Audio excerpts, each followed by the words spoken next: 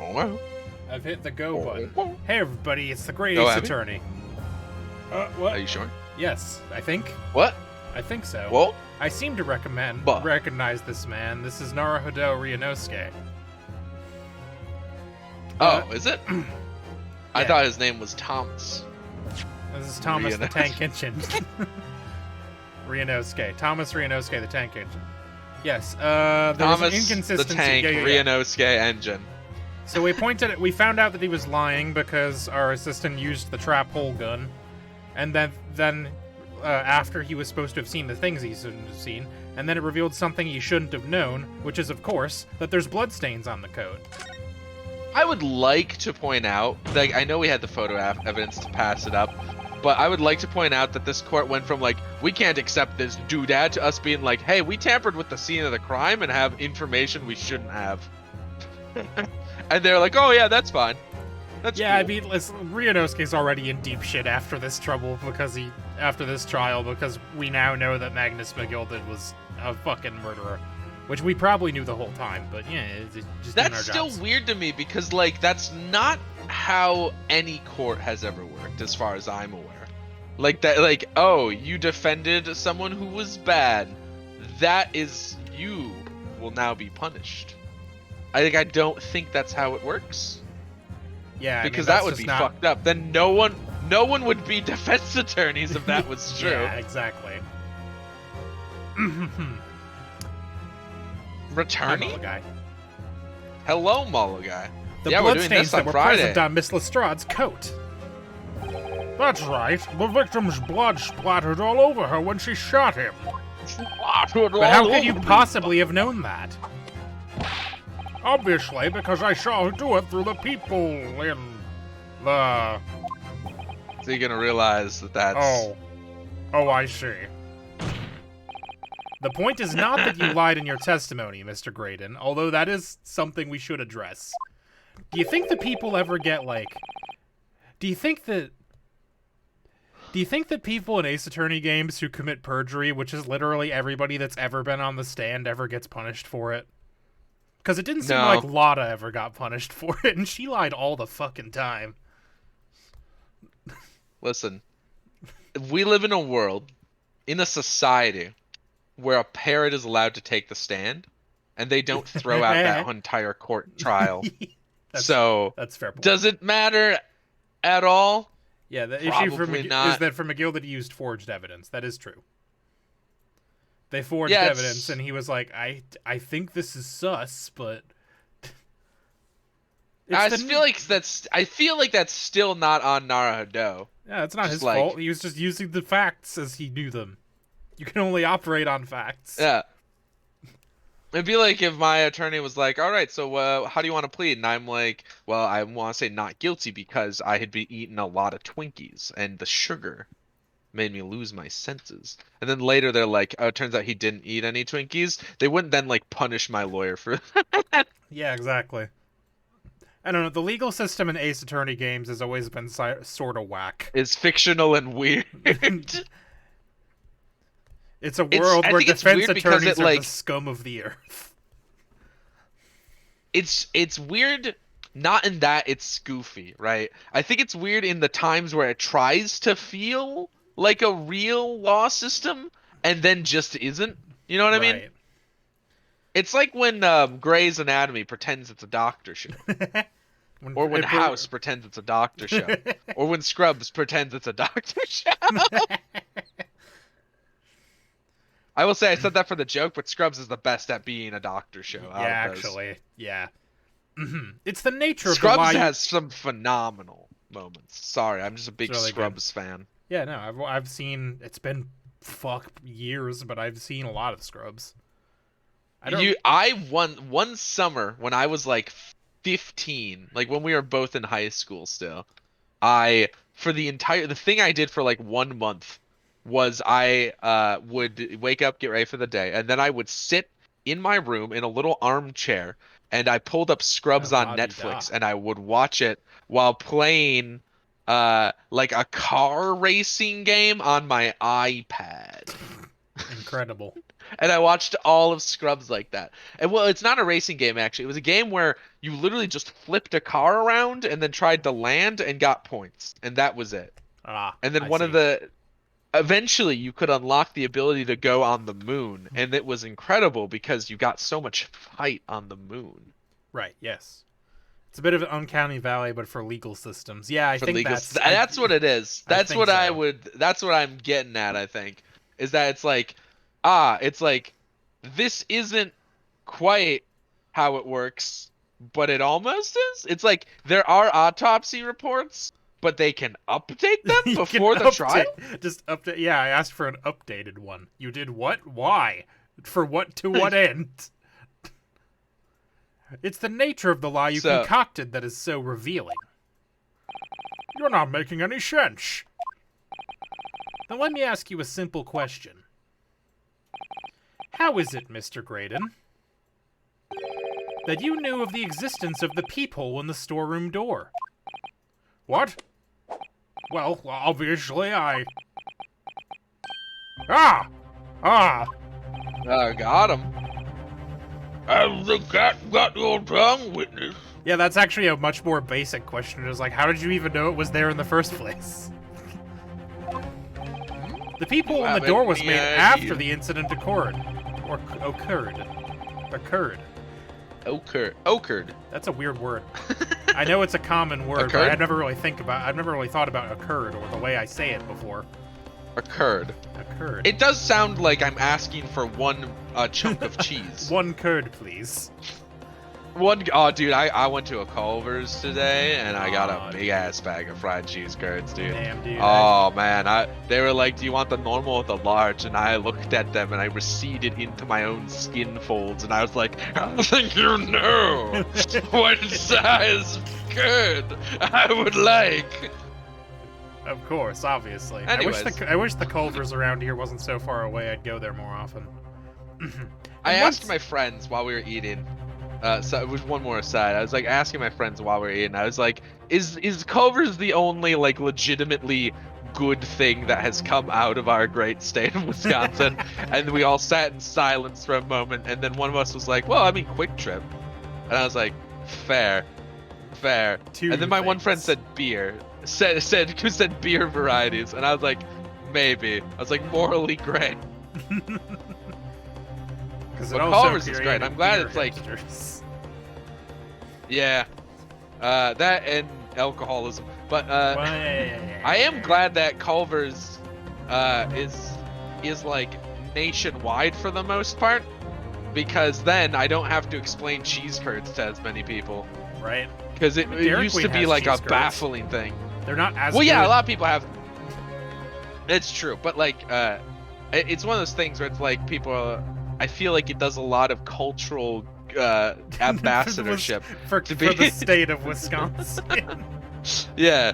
It's like you want to get a small taste of our state, go to Culver's. What's that Culver's? Fucking butter burgers, Burgers and fried that are absolutely cheese slathered with butter. And fried and cheese. custard. And you go, custard's okay. custard, isn't that ice cream? And we slap you in the face and we spit on you. And we say this is not ice cream. Not even a little bit. It's mostly like Ice ice cream cream, is but good, it's though. different. It's like semi-nationwide. I never had cheese curds, so I went to a BW's with Supes at the SakuraCon. I never heard of them before that. Wisconsin has that funky museum building, right? You're probably talking about the one in Milwaukee that's got it's like a bird on the top, kind of, Is it where like the is that wings Children's like Museum, can or is it a different expand. one? No, it's just an art museum. I've been there once. It's not the Children's Museum. It's the one in Milwaukee. I forget the name of it. I think the Children's well, I know it's Museum like I'm I think it's thinking just of the is actually Milwaukee. in Chicago. Yeah. I know it's Milwaukee. I just don't remember the name of the building, but it's essentially got giant like metal wings, kind of. They're more of like the bones of a wing, and they can like open and close. There are many It's children's sick. museums, babe. There's not just the maybe two that I'm thinking of. Milwaukee Art Museum. Hang on, I can find it quickly. I'll know when I'm looking. It's literally called the Milwaukee Art Museum. I was like, it's not the public museum because the Milwaukee Public Museum, the MPM, is in a different building and it's tight. It's tight as shit. They have dinosaurs sometimes, but it's a very cool building and it's got the ability to like close these wings. If you click on that, you can see the image, but it's like mam.org. It's got visit. Ooh, that is yeah. cool. So that's a time lapse photo that shows how the wings like ratchet down. But yeah, they've got like these big metal wings that can like be outstretched from the building or close down on over the building, over like the sort of pyramid in the middle. The windows, yeah. That's yeah. cool. It's a cool looking building. It's right next to the shuttle to the airport. That's not helpful for anyone to know. But the one thing I will say that is still like a Wisconsin thing for the most part is that people know about fried cheese curds, but most people still are unaware that there is just the normal cheese curd. You could just eat the those standard without the curd. breading. You could just eat them. Oh my god, and when you go on a baby. Thursday to the cheese factories, because a lot of them for some reason produce curds on Thursdays. I don't know why. Maybe it's like a dairy delivery thing.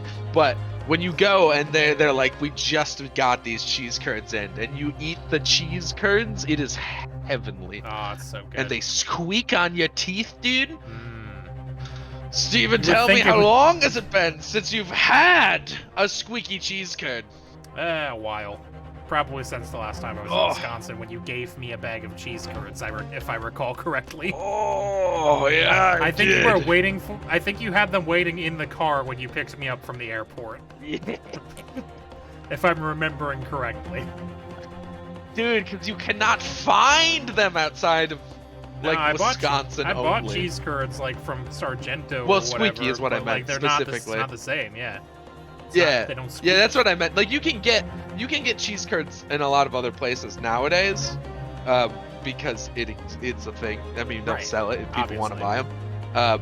But like, you have to live close to like in a place that makes a lot of cheese to get cheese curds for the most part that are like fresh, that are like the dynamite ones, the ones that are hot off the fucking presses.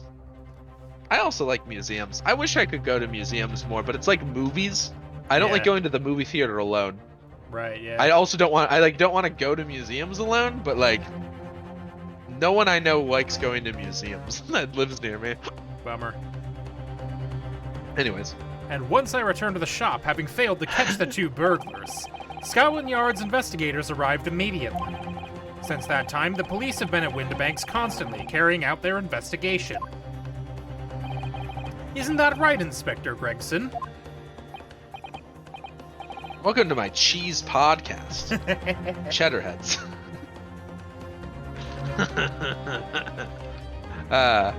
Sorry about that. I got a little passionate about cheese for a second, but you know, I mean, it's like... It'd be like asking an Italian to not get passionate about pierogies or whatever. Tell me about pasta. They're just like, well... How long have you got? Get this shit. Midwest themed podcast? Probably. Honestly. I mean, most of what I do is Midwest centric. You're living the Midwest There's life. nothing to talk about. Sure isn't. Yeah, basically the only thing that happens with Midwest content creation is if you're a Midwest comedian, you can make jokes that other Midwesterners will find funny. And that's about it. It's true. And yeah. But yeah, in short, come to Wisconsin, eat the cheese curds, and then leave. And then leave. Then please go home. And don't drive like you're from Chicago. Yeah, don't do that. I swear to God. Every time there's an Illinois plate, dude. Oh my God. Well, yes, of course. Place chock full of bone articles, and my lads have to thoroughly examine them all. So I yeah, you ought to have the officers work around the clock in shifts so we can get through it all. And consequently, there's no way that you, Mr. Graydon, could have gained access to the shop. Brr.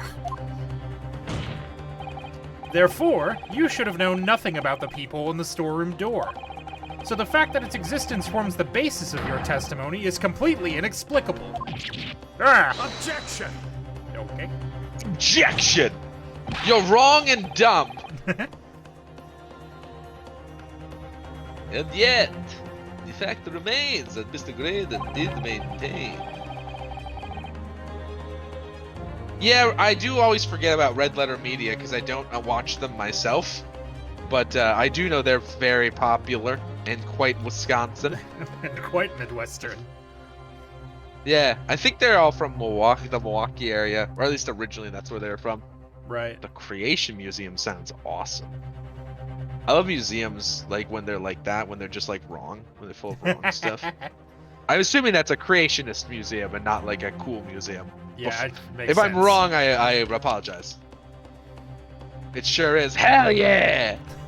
I love museums like that because like you don't have to be correct to make a museum. I recently You know? learned that there's apparently a Billy the Kid museum in a town in Texas, like a small town, where he supposedly, after being quote-unquote killed at the age of 21 or whatever, went there and lived for 70 years as somebody else, which is definitely not a thing that happens. But they have a museum about it. The museum, And apparently museum it's the founded by only the thing in magazine that Answers. town. That's amazing. So that's what I mean. Like, you don't have to be right. It's so weird when you think about it that like museums can just be wrong. Right? Right? I mean, they're not government Isn't that institutions for wild? the most part. Yeah. They can say whatever the Like- fuck they want. I could open But, a museum tomorrow. I wish my last name was Ham. What a good last name That's that a would good be. name. Ham. Mm. Then people might call you Joshua. Yeah. Joshum. If they shorten your name. But yeah, I don't know much about the Red Letter Media guys outside of the fact that they're from like the Wisconsin area, and by that I meant to say Milwaukee area.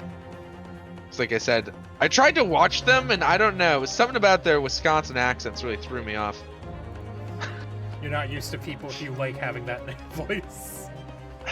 I was like, wait a second, hold on, what's going on here? An enemy. An enemy. Maybe it was just too much of a mirror at my own self. But, anyways. That he witnessed the crime take place through the people in the door. How is that possible? That was me.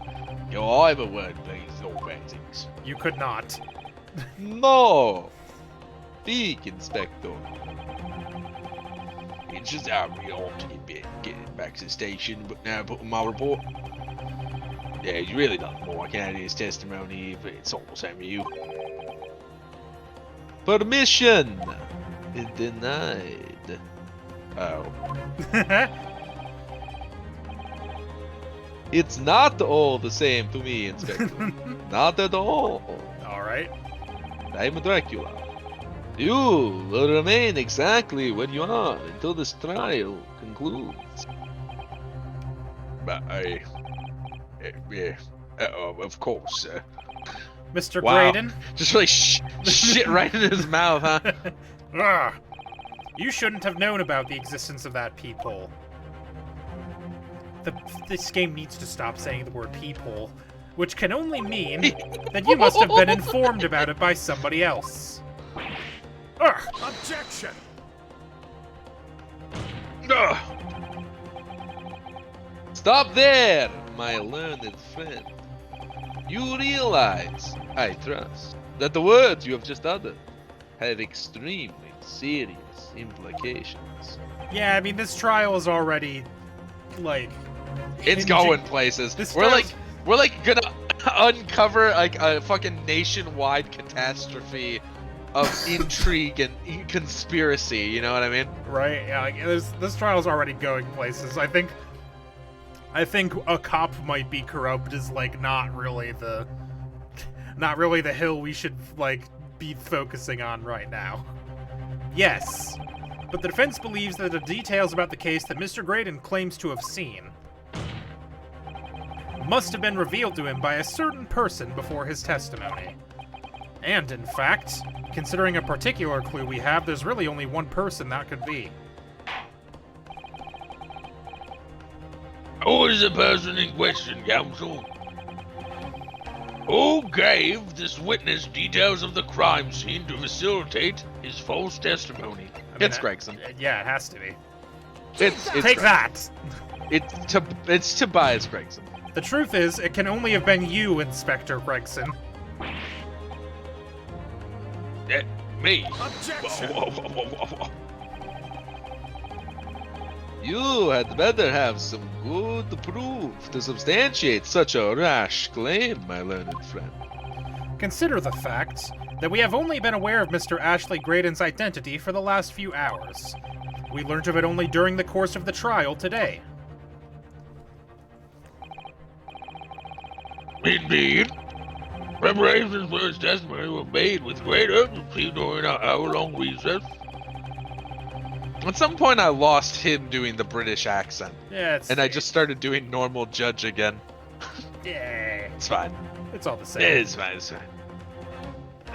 It's too gravelly to notice. While Briggs executed the subpoena and brought the man here from the communication station. And until that time, Mr. Graydon would have had no idea. No inkling that he would be suddenly required to appear in court. Ugh. I was suggesting until such time as he was summoned. Yes, my lord. Until then, it's reasonable to assume he knew nothing of the people. It was only once Mr. Graydon was in the stand that he realized his position, that he would have had to defend himself against the accusation that he was the third intruder. You're suggesting that to the court that it was while this trial was in progress he received the information. Yeah, Gregson was like weirdly whispering to him earlier in the trial. Yeah. So that he could commit perjury in order to save his skin. Exactly. And the only person with knowledge of the investigation that he had any contact with is you, Inspector Gregson. This is a blooming outrage. Why would I be giving away details? I don't know. Why don't you tell me? I was summoned to his lordship's chamber during the races in any case, had you forgotten that? Quite true. I had a number of questions regarding the events that transpired at the pawnbrokery. Which means the first time these two laid eyes on one another was after proceedings resumed following the recess.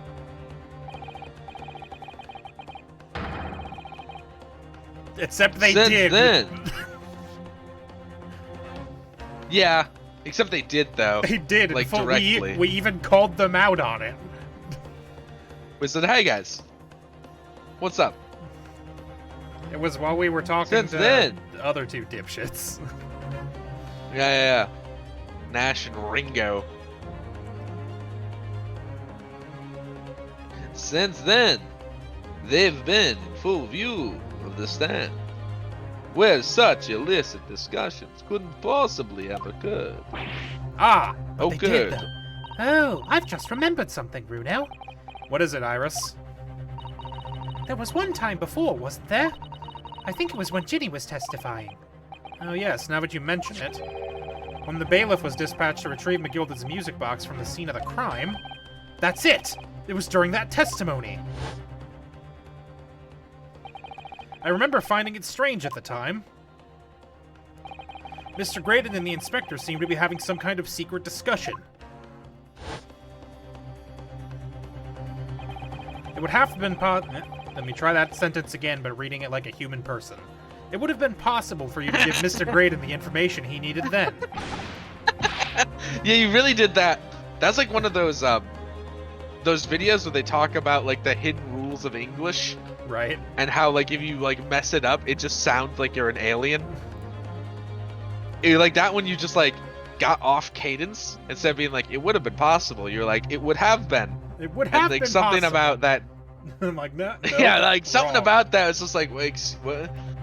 It's like the whole adjective thing Right. with like the what order you have to put adjectives in. That thing still trips me up.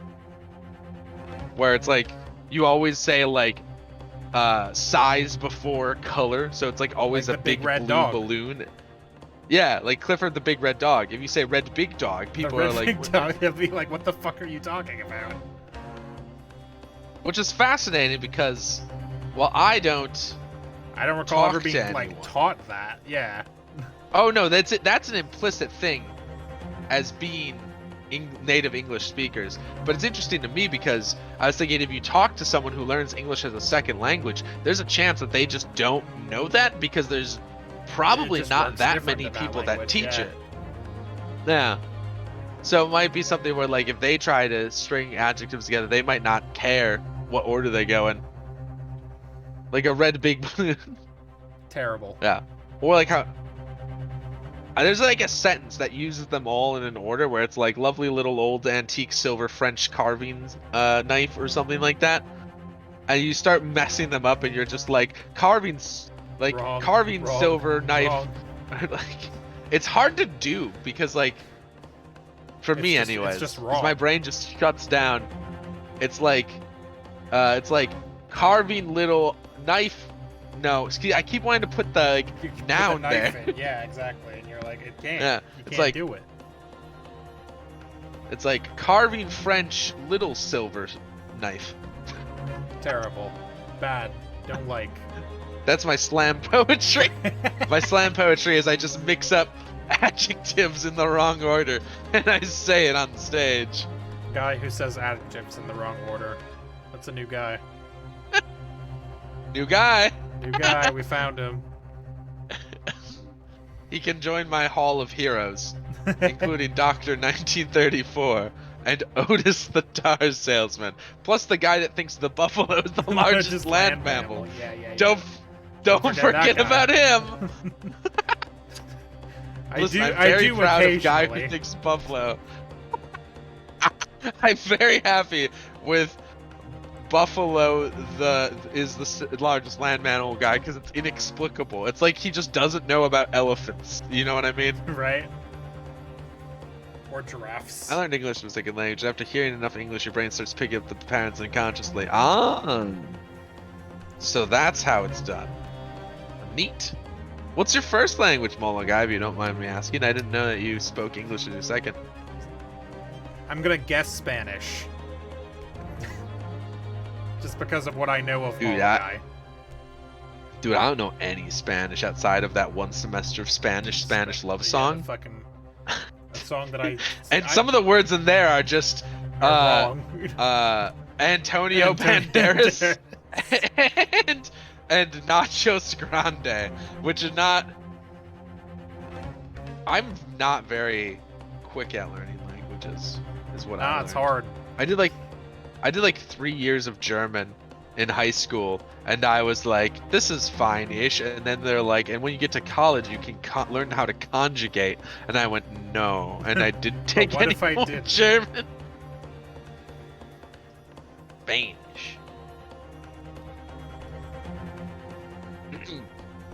Oh yes, the game. You toe rag, you're making all this up. I'm a respectable Scotland Yard member, Inspector. For crying out loud, why would I do something like that?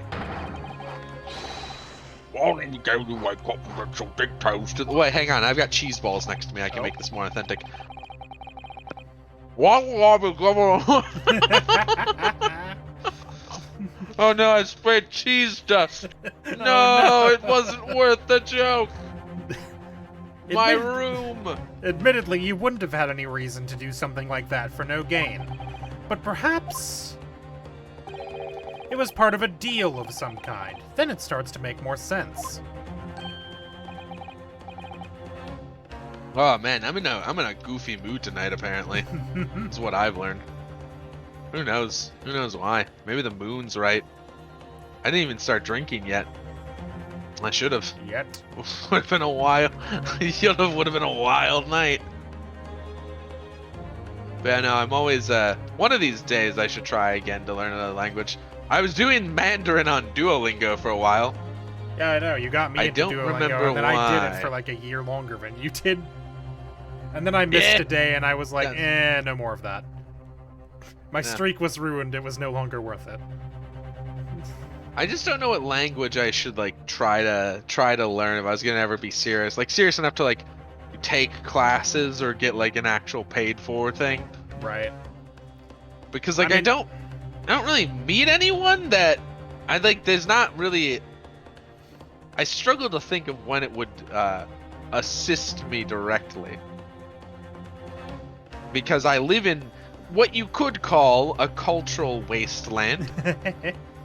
Like, if I were to take a language, it would probably be either, like, Spanish or French, because there's a lot, or French Creole specifically, because those are, like, the other, the non-white populations that live here. Yeah, I think Spanish and... I was gonna say, I think Spanish and... Hang on, I don't want to get it wrong what it's called. I don't know if Hmong is its own language. Yeah, that was what I knew. I'm glad you knew where I was going with that because I paused because I was like, I'm not sure. I would have to Google that first. I think Hmong is just its own language. Yes, it's a dialect. According to it's a dialect continuum of the West Hmong branch Hmong. of the Hmong languages. Yeah, I also don't know why I said Hmong when it's Hmong. I Yeah. knew that, but sometimes I forget. Because I know, because like when I worked at a factory, there would be signs that would be English and then what looked like Spanish to my untrained eye, and then a language that had a lot of X's in it. And I was pretty sure that last language was like the Roman alphabet, at least, of Hmong. Right. Because we have a decently large-sized Hmong population. I've always been curious as to why that is. I've never bothered to Google it. Like, it's one of those things where I think about it in passing while I'm driving my car, and then I've forgotten by the time I got to my destination. I would love to learn the anthropology of why that is, though. Because, like, I'm assuming it must have been just something similar to, like, why all the Germans and Polish ended up here. Yeah, it's just similar enough to where they came from. They were like, yeah, this is fine. It's like, yeah, it must be something like that. Either that or it's just, like, some other completely different reason. Yeah, who knows? I guess. Someone I guess does, it either probably. is one reason or a different reason. That's true. It is probably for some sort of reason. It is probably not just random chance that these people did something on purpose, you know? Yeah. But, yes. What was I saying? Oh yeah, the problem is I think I tried Spanish a little bit, and for some reason my brain just did not like it. I think it's because I'm stupid, It could be. but who knows? Anyways, duh, bleh. That's right. I've been trying to use bleh as the As your bleh. anchor. Bleh. What the deal, Council? I wonder if perhaps in exchange for details about the peephole at the crime scene, Mr. Graydon agreed to give a certain something to the inspector. Ah, the other disc. Yeah, with the government secrets.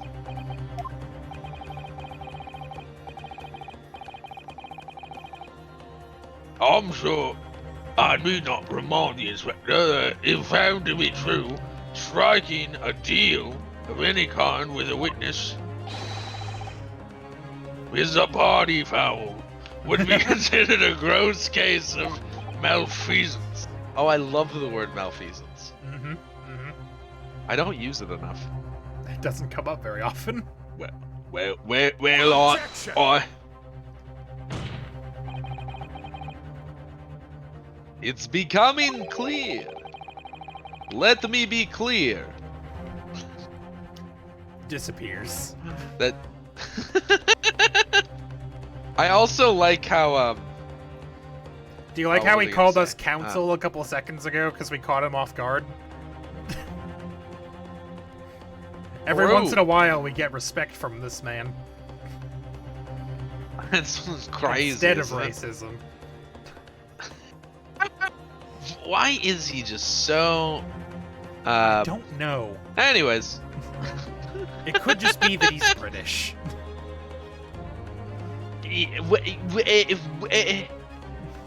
yeah, yeah. Old-timey British. At Yeah, you know least. what? Yeah. No, I had oh boy, I had a point with what I was gonna say. There's something the judge said with the striking a deal. Nope, I've lost it. To the sands Bummer. of time it went. Just say it with no apropos of nothing when you remember.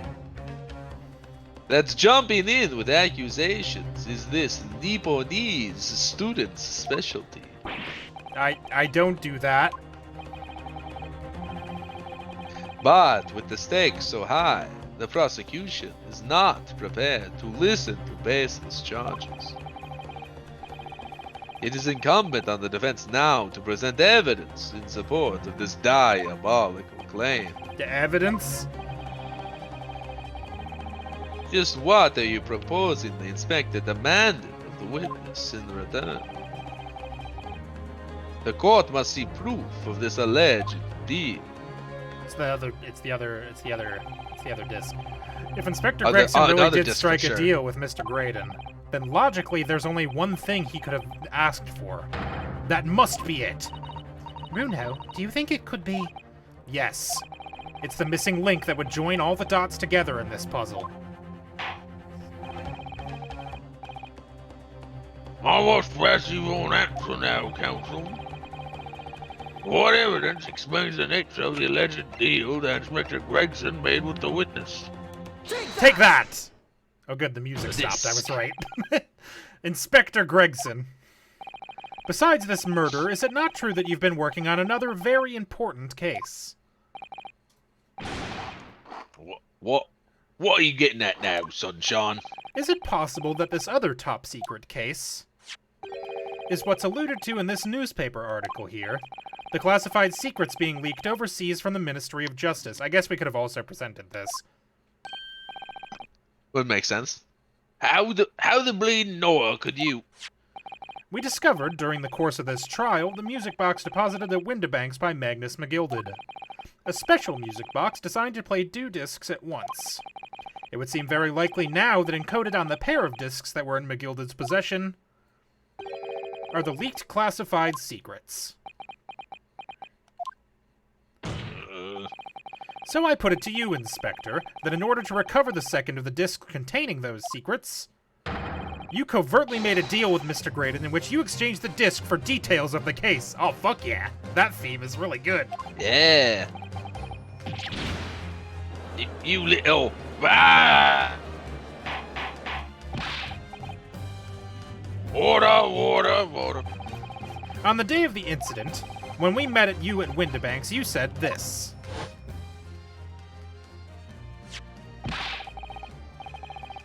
I'll be taking that whatever it is of McGillen's down to the yard, thank you very much.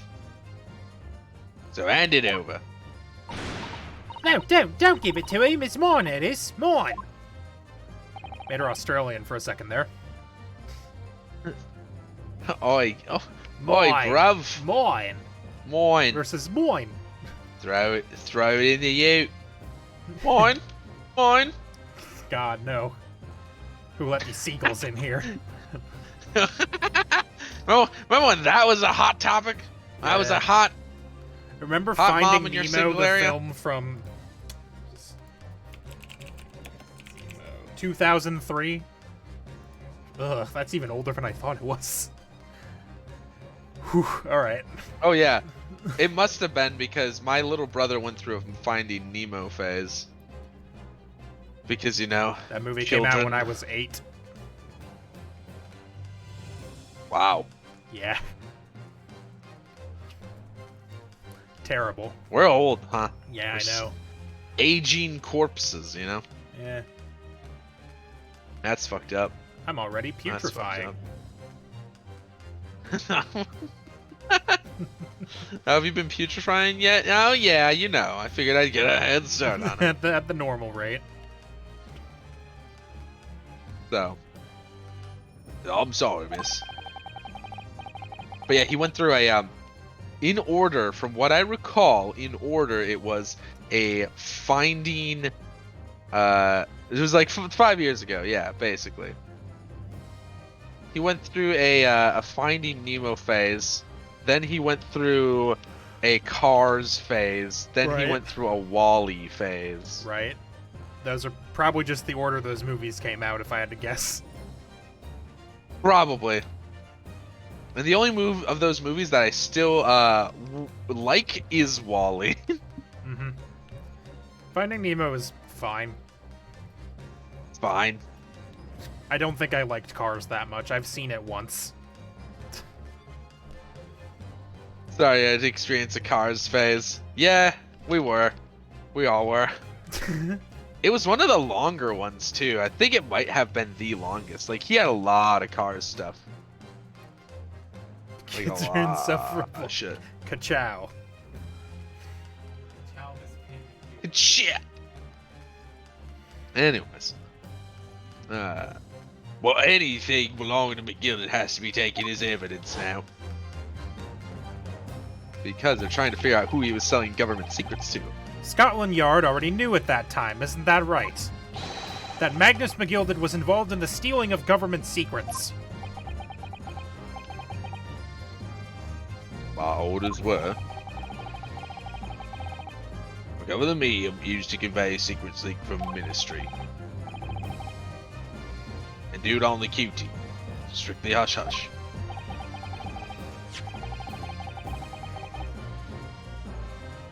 And that explains why, when I presented this disc as evidence to the court,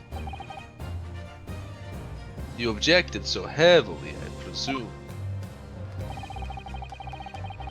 Because you knew it contained highly confidential information. Blimey, I mean, I wasn't sure of it myself.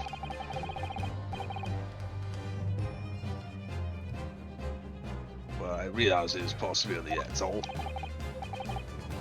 Inspector?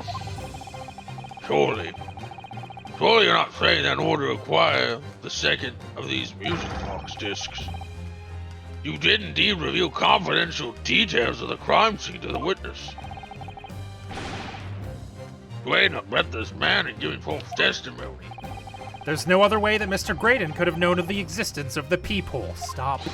It's the only explanation. A deal was struck between these two men. Oh. No!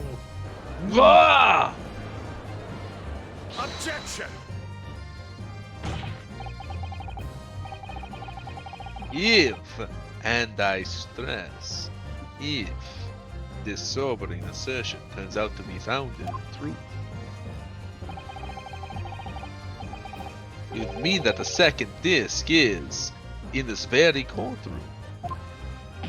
Wait, what? In this room? How could you possibly make a claim like that? Because Inspector Gregson is a Scotland Yard detective. What? What's that supposed to mean, huh? As a seasoned policeman, Inspector will approach this alleged deal with caution.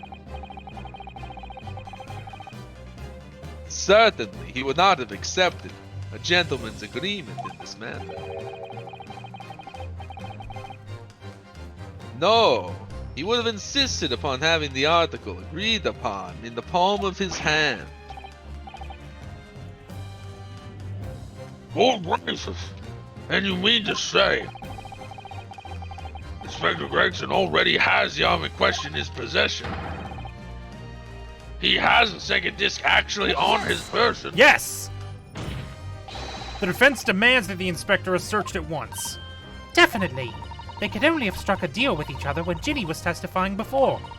And Grexy hasn't moved from the witness stand since. My lord, please, order an examination of his personal effects immediately. Well, Inspector, Don't ask him, tell him. No, I'm good, thanks.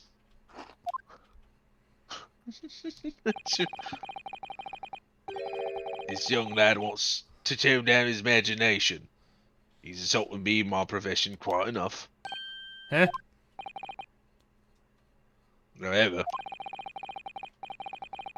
you'll put this man to bed and dispel any doubts about my involvement. I'll happily submit to a body search. Oh, he put it no, on. he doesn't have it. He put it on the guy when he was shaking him earlier. What? He's going to hit it agree on to it. Nash. That's right. He shook the fuck out of Nash. He slipped it in his He pocket. slipped it in his pocket. Smart. Smart. Smart. Ooh. Smart. Smart. Damn. Smart. Smart. Smart. Smart. Smart. Smart. I love chance. Listen, I'm a sheep. Hey. Same though. I presume you're aware of the precipice on which you now teeter, my learned student friend. My brain just really wants to say Nipponese every time I say learned. It's his fault. He's done this to you. I'm gonna be 50 and I'm gonna say learn.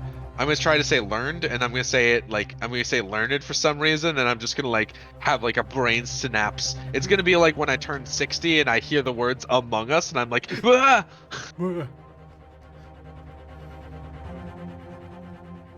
You've made the most serious allegation against Scotland Yard here. If, following the search of the inspector's personal effects, no disc is found,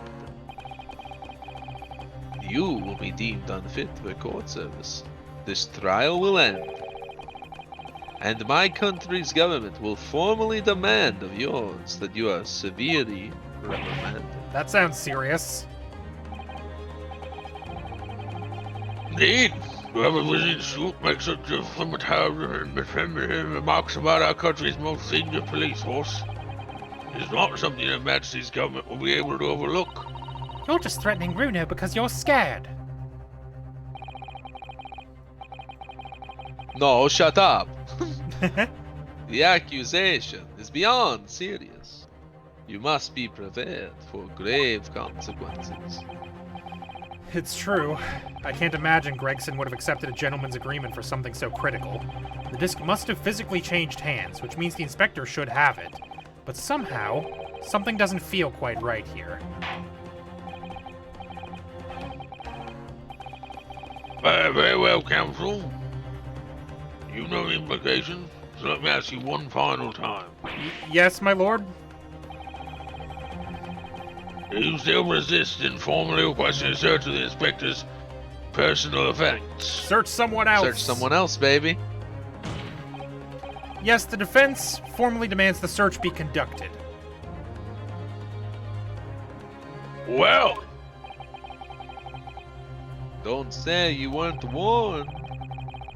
But your typical Nipponese stubbornness may well land you in hot water this time. Perhaps the lesson will do you some good. fair enough. Well, I've got nothing to hide. Very well then. Bailiff, conduct a search of Objection. the inspector's What? Oh, there hasn't been one of those in a while. The defense demands a search, but not of Inspector Gregson. What? Now, what's all we said? You got a license for not requesting a search of me. I'm the one you're accusing, aren't I? I thought you wanted to search me. No, no, Inspector, not you. Somebody else. What does it mean, they say? I'll see that last of you, sunshine. The court shouldn't have put up with this nonsense. You're being completely irrational. Or, be quiet, all of Who do you. you think this is? Van Zeeks? No, Iris, okay. Maybe. Oh no, it's Iris. Bruno's doing what you all told him to do and having the courage of his convictions. So you should respect that and Courage? listen to what he has to say in good faith. That's what I said. Because that's the British way. No, it isn't. The British way is colonialization not. and then stealing things. I mean, that's the British elite's way. At least. And the British underbelly's way is stabbing people and taking their It's Cockney streets, baby. A lot of the British working classes way was coal pollution. was dying of the black lung.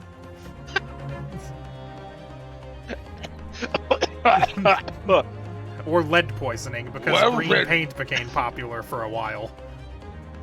God, it's so I Oh don't no, like thinking sorry, it about was the green future. wallpaper. Yeah, I don't like thinking about the future when we're definitely gonna be like, yeah, so that thing we did was terrible for Right. everything. Because like looking back, it's like, oh shit, they just like drank mercury and shit. Dude. Yeah, They I used it for know. hats and stuff. They had no fucking idea. They had no clue. What the hell? They just didn't know. That pig has no idea It's it's just- being stupid. Well said, young lady. Indeed, this court is in awe of the defense counsel's conviction and eagerly awaits his next words. You what? Now don't be hasty, my lord. If I'm not mistaken about the things I've seen in court today, I'm fairly sure that I know who has that disc at the moment. There's only one person it can be.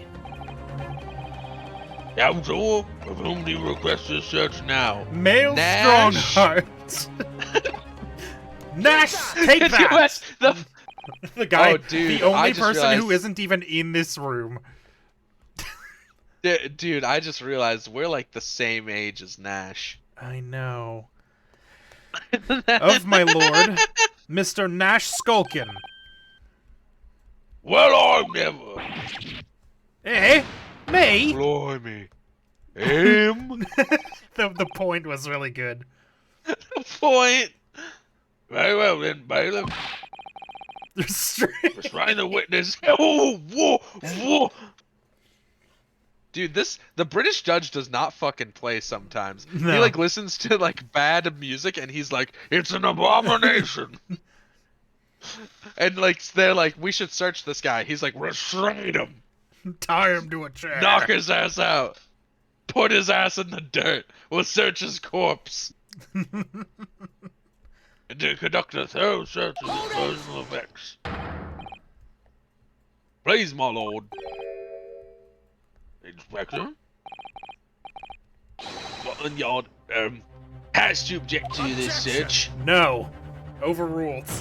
Oh, fuck off, idiot man.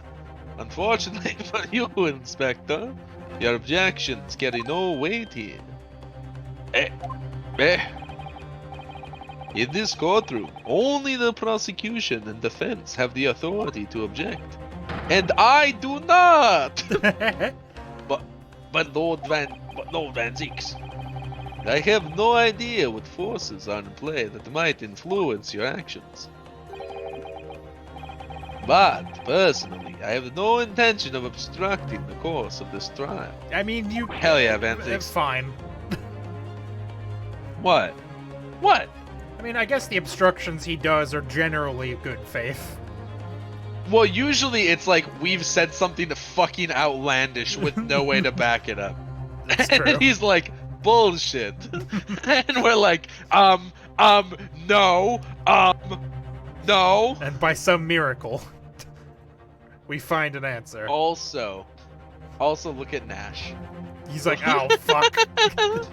He's sweating, dude.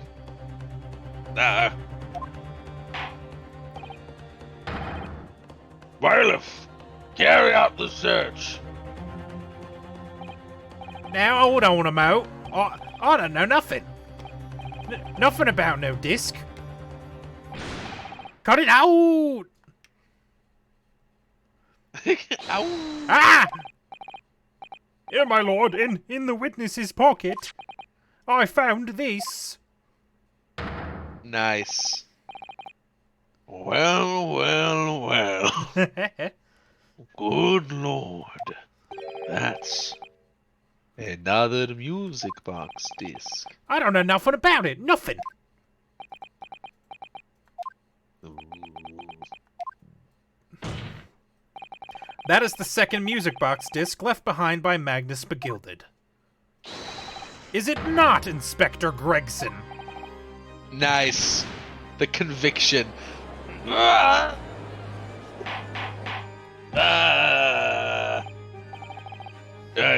Mr. Skulkin, what have you to say for yourself? Gordon Bennett. I mean, just Gordon Flamin' Bennett. I swear I didn't know nothing about that disc. Honest to God. Counsel, would you please explain what exactly is going on here?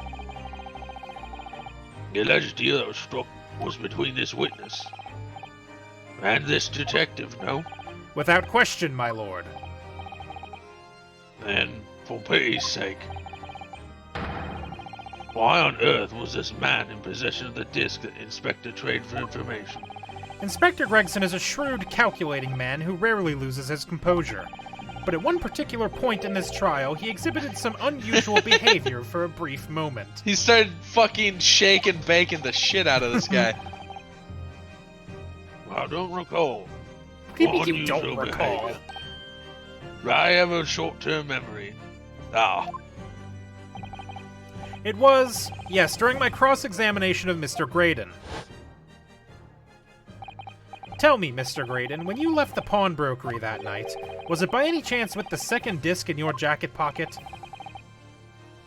I admit to nothing of the sort. While Mr. Graydon answered my questions, the inspector appeared to have grabbed Natch Skulkin by his coat and was shaking him violently. Yeah, he did know. Thought me noggin was gonna fall clean off, I did. I was wishing I'd been born as me brother, I was. And what exactly happened to make the detective attack you like that? I ain't got a clue. He just suddenly turned and grabbed me whistle like that and started shaking me. Why the blazes didn't you mention the third gun when we got you down the station? That's what he said. He had it right down my ear hole, he did. My head's still throbbing now. The way the detective behaved then was extremely out of character. But looking back now, it must have been then that he did it. That was the opportunity Inspector Gregson created for himself in order to hide the disc. Well, bless my wig. He ate it. You. I'm afraid I fail to comprehend the motive here. The detective had acquired a disc he was after. Why on earth would he then proceed to hide it in another man's pocket? This is a court of law. He could have submitted the item as evidence. No. No, you're so dumb. It would appear, my lord, that the inspector was not at liberty to do that. Why ever not? As the man himself revealed earlier, his current assignment has some special conditions. Because if we play both of those discs at the same time in this courtroom, it will reveal state secrets.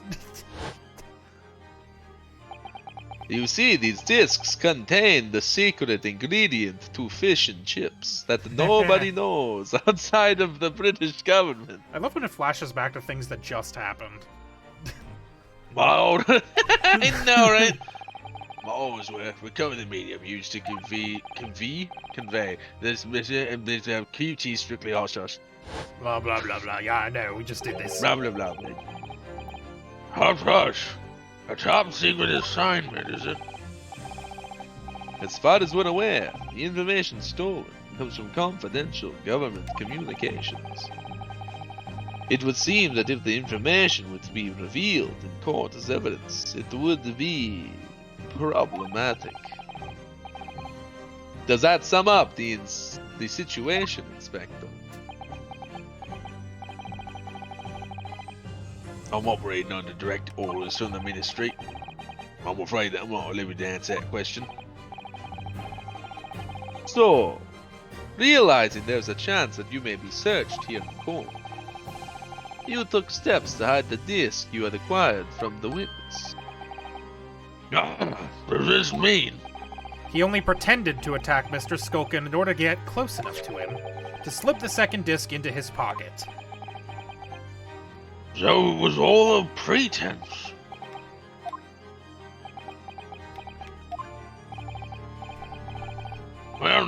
Inspector Gregson. And you, Mr. Graydon. Are you prepared to admit to the accusation made against you of this alleged deal?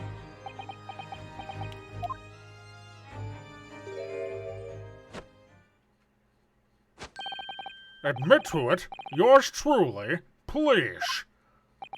Mr. Graydon, Clearly, our Eastern visitor has an uncommonly active imagination with a lot of coincidences in it. Oh, sure, However, everything's there's been no true. proof that I passed that disc to the inspector. objection. But then, how do you explain the reason why you knew about the peephole? I'm under no obligation to explain. What?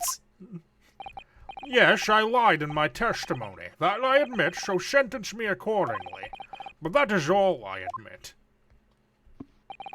Murder, leaking government secrets, striking a deal with the detective. All of this is this young Eastern man's fancy. I have no idea what any of that is about. What? Eh.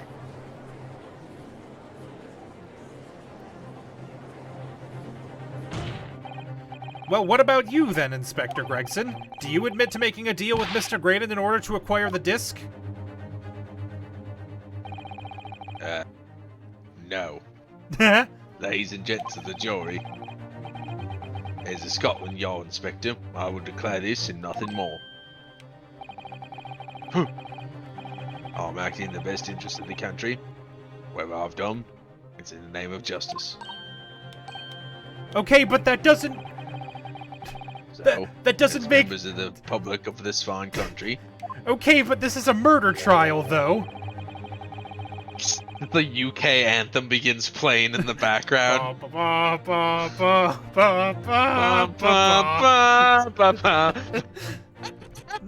The flag fades into view behind him as he salutes.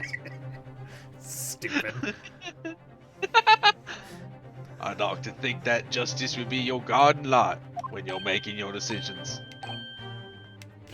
Why is he here? I am not public citizen of country.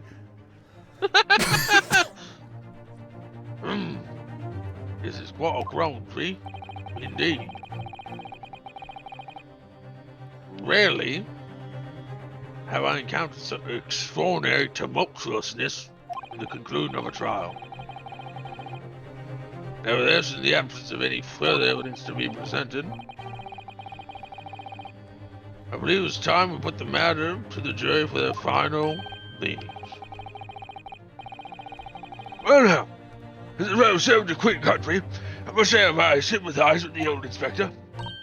Yes, he's a dependable man, I'm quite sure. In service, one becomes a good judge of character.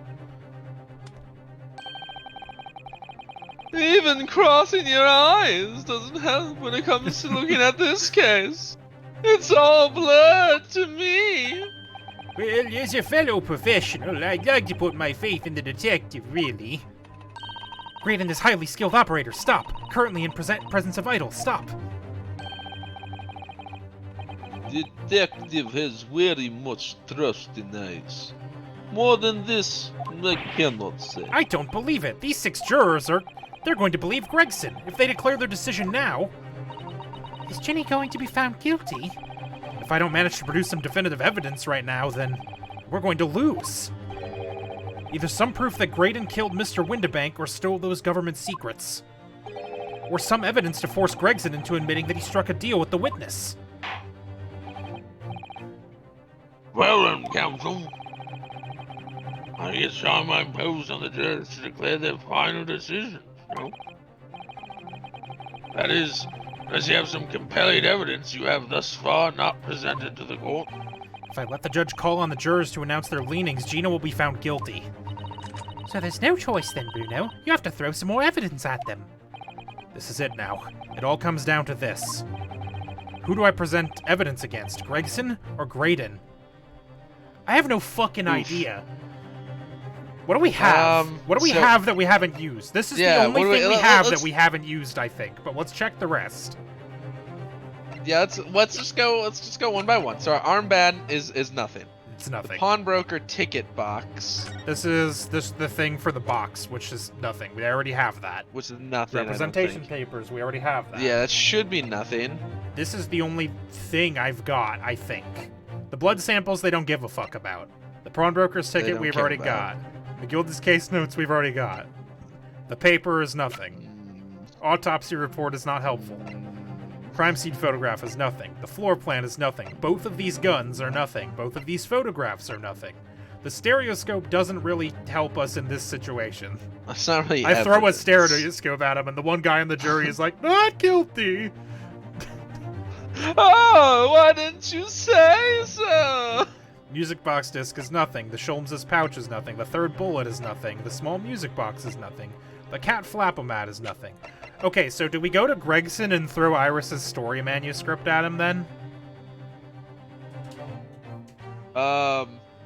Oh, because I mean that could be leverage to him, right? Yeah, Because doesn't exactly. he really care about those? Yeah. That's the only thing I can think of. Because he cares about her story a lot. I mean, this is only worth 1 point, 'Cause, so like, if we're wrong, we still it's got only 2 more one, chances. so- If it were Because all we of them, don't then I would have look it up. anything. Yeah. That's we the don't only- have anything against Graydon. Like, I don't think Graydon's the right option. We have to get Gregson, right? Because we don't have anything that proves. If we could have proved that Graydon killed Mr. Windibank, we would have just We done would it have done it already. already. So we have. It has to be Inspector Gregson for sure. Inspector Gregson, there is one final piece of evidence I would like you to see. Threaten to play the Morse code. We'll do it, bitch. What's that then? If you refuse to acknowledge that you did in fact strike a deal with the witness here today, then you leave us no choice but to examine this piece of evidence thoroughly. Well, go on. Oh, I bet this story has something bad about Gregson in it. Ah, it would be nice if we had known that in advance. The only thing we really know about it is that Sholmes didn't want to publish it. That's why he hid it in the Yes. thing. Correct. But like, I wish they had let us flip through it and skim through it in some way, so we'd have Right. more instead of just being like, "It's this probably." This is my last chance. It looks like I'm going to have to force his hand here. One final piece of evidence to get this detective to admit to the deal he clearly struck with Graydon. Well, let's fucking try it. Take that! What is this, counsel? Nope. It's Irrefutable not that. proof, my lord, of the corrupt dealings that went on between these two men. Nope. Okay, I'm gonna look it up then, because I have no fucking idea. Yeah. Well, perhaps. Irrefutable proof of the corrupt workings of my learned friend's mind, Blay. Oh, the Morse code is the answer. But we don't have both discs. It is the Morse code. Okay. We do have both discs. We found the other one. Oh, right. Would the other one get admitted to evidence? I thought it didn't. Threatened to play the Morse code. Oh, I thought I definitely thought Mulligan was joking. Because of the bad music. I was like, haha, but then I did think about it, and I was like, like that would work. I might as well tell you a since man you're who gonna use a increases guide above such anyway. serious crimes. True. Yeah, it's punishable by death. So I don't think old Silky's going to admit to either anytime soon, do you? No, but Gregson, on the other hand, he's just refusing to admit what happened because he's been sworn to secrecy out of a sense of duty. I wonder, if Gregsy's lips are sealed because he's determined to do his duty, then perhaps to prise them open, you're going to have to be determined enough to do your duty too, Bruno. Of course, he'd do anything to to shit follow in his his orders, mouth. so... I mean, it makes sense because he can't have the disc be played in court. Right. Well, that was okay. Final deed. I think we would just need to do the one disc or the box, probably. Probably the box. I might as Yeah. well tell you thank you, Molokai, because I wasn't sure otherwise. Take that! That was the only other thing that made sense to me because, like, Malagai said it as a joke, and not as a joke. I Well, took it as a joke I took it immediately, as a and I was joke like, also. actually, that would make. I was like, that would make sense because if we Yeah. if we play it in court, then he Then didn't do his job. if we play it in court, then there would be government secrets to anybody who knew Morse code. Correct. Is that Mr. McGillen's peculiar music box, Counsel? Yes, with a disc already in place ready to play. I think perhaps now would be a good time to listen to the sound produced by the music box again. Only this time, with the second disc we've just discovered set in place as well. Goodness, where's this, Counsel? Why do you just have it in your hand? No, wait. Well, I can't let you do that Why not? because because it's got nothing to do with the case. That's why. Objection! Not true, Inspector. Eh? The defense has already proposed that the sounds heard by the court earlier from this music box were part of a Morse code message. Ugh. We know that Morse code comprises of 2 distinct tones. The defense believes that the second disc contains the second tone needed to complete the message. And now we have a chance to confirm that theory. Well, go on out there, Sunshine. We're talking about state secrets here. You're letting the whole courtroom hear confidential information like that. It's treason. Then do you admit to the charge that in order to protect those state secrets, you engaged in unlawful dealings with the witness? Oh, you're mad. You let that secret information out in the public domain. You'll be making him the top-ish government, you idiot. Objection! Let's not I don't forget, give a Inspector, shit. that you, a Scotland Yard officer, leaked confidential case details to a witness. That you continue to lie to the court, and all because, by fair means or foul, you're determined to do your duty. Well, by fair means or foul, I'm prepared to do mine. Don't you dare. I will stop at nothing to protect my client. I don't care who I make an enemy of.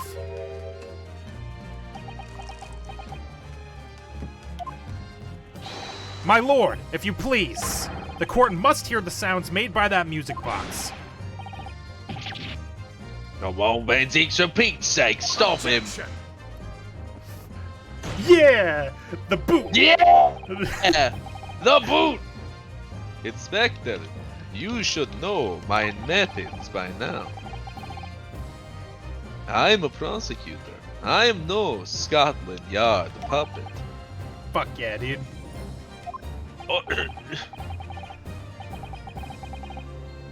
In this courtroom, my duty is to the law.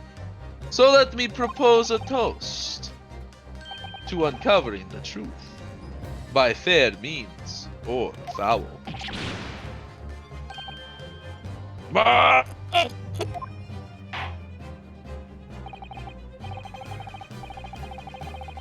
Well, very well.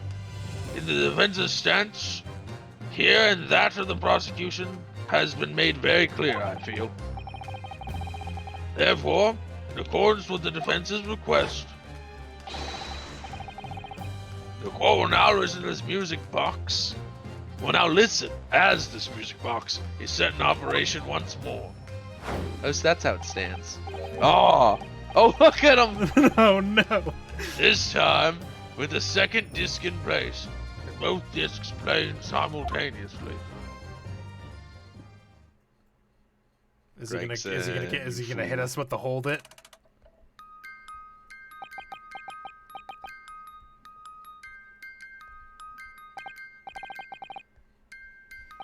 Oh, listen to that. It's unmistakable now. It's Morse code.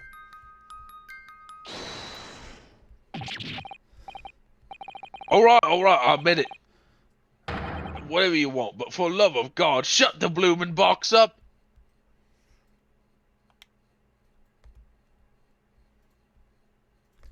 We got him. It's a shame. I was hoping we'd learn what the government's secrets were. I mean, you might be able to learn what those said if you knew Morse code. Let me ask you then I again, don't, though. Inspector Gregson. Yeah, me neither. I wonder if somebody's transcribed it somewhere. Did you or did you not strike a deal with the witness next to you in the stand, Mr. Ashley Graydon? I hope it's like just a fun secret Easter egg.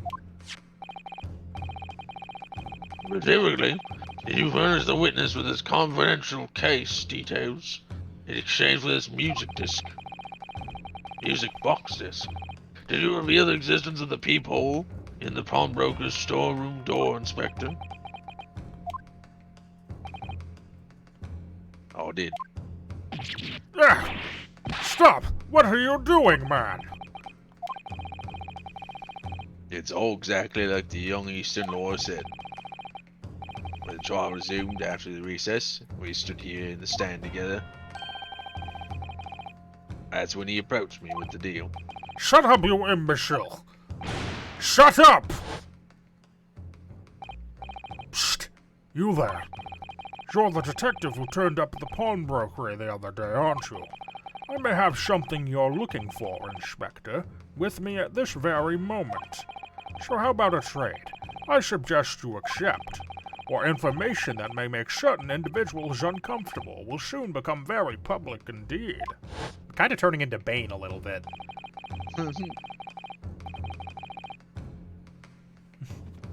I couldn't let the information become public knowledge, not under any circumstances.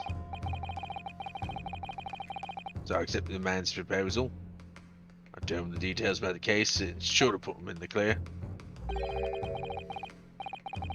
People on the storeroom door, the bloodstains on the overcoat. By giving false testimony, this witness intended to have the defendant wrongfully accused of murder. Inspector, you knew Apparently that. we do get told what the... Apparently we do get told what the Morse code is eventually. But okay. But it still might have been an Easter egg based on whatever they actually played. Yet you still revealed those details to facilitate the witness's perjury.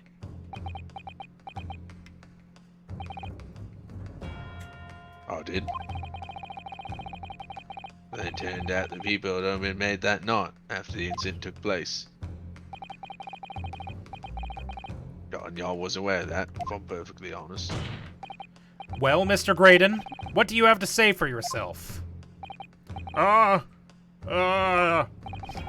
There's nothing and no one left for you to hide behind. You struck a deal with the inspector in order to escape conviction of a very serious crime. Namely this. You are the third intruder who broke into the pawnbrokery on the night in question. And you perpetrated the murder of the proprietor, Mr. Pop Windabank. I forgot his name was Pop. Yeah, you. Ooh! Traitor! Oh no!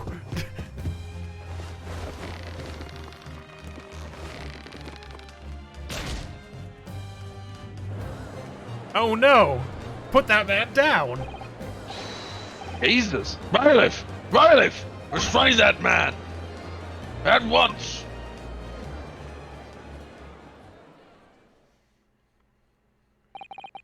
That's it then. It's all over. Just waiting for a hold it or an objection.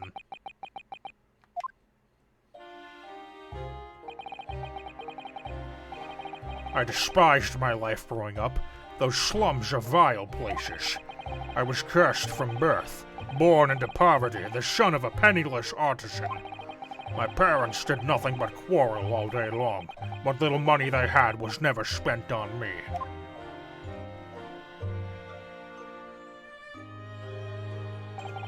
So I set about studying, to better myself, to one day escape from that hellhole. And you eventually became a communications officer. I admire your determination. But then you decided to try to sell government secrets? Why?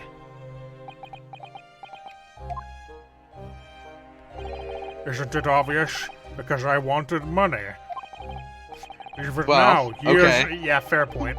Years later, the nightmares of my life in the slums wake me in the small hours.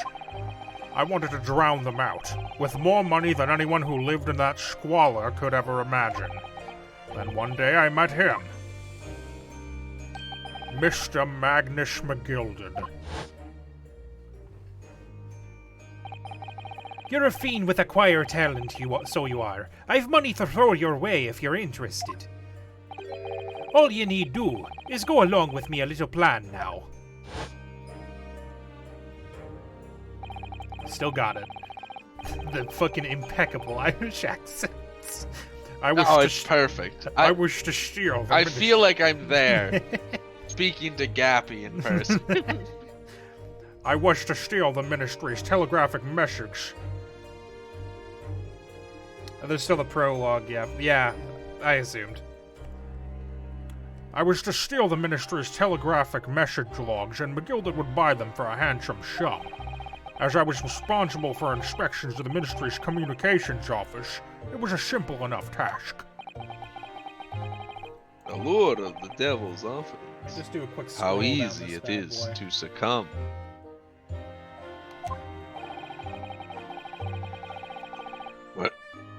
But you must surely realize the seriousness of the crime you are committing.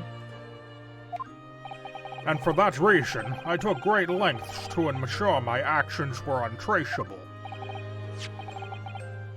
By using the music box.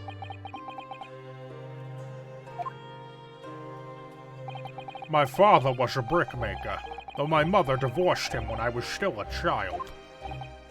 Yes, Mr. Mason Milverton. That's right. He was very skilled with his hands. He'd once been a music box maker's apprentice. I imagined his skills would be sufficient to create a machine that could generate Morse code. So I sought out my father again, to employ his services. You shot him? I sought out my father. I sat down with my father. It was the first time I'd seen him since I left the slums 10 years earlier. I love when they do these little cool art cutaways. Look at you, Ashley. What a fine gent you've become, eh? He was a different man to the one in my memory, a thin, frail old man. But poverty had never broken him, never corrupted him like it had me. I was sure he wouldn't help me if I told him the real reason. So I made up a story. I've got some work for you, Father. I need some music box discs made. Music box discs, eh? A musician friend of mine has written some music he wishes to sell to the public. I've brought the score with me. There are two, actually.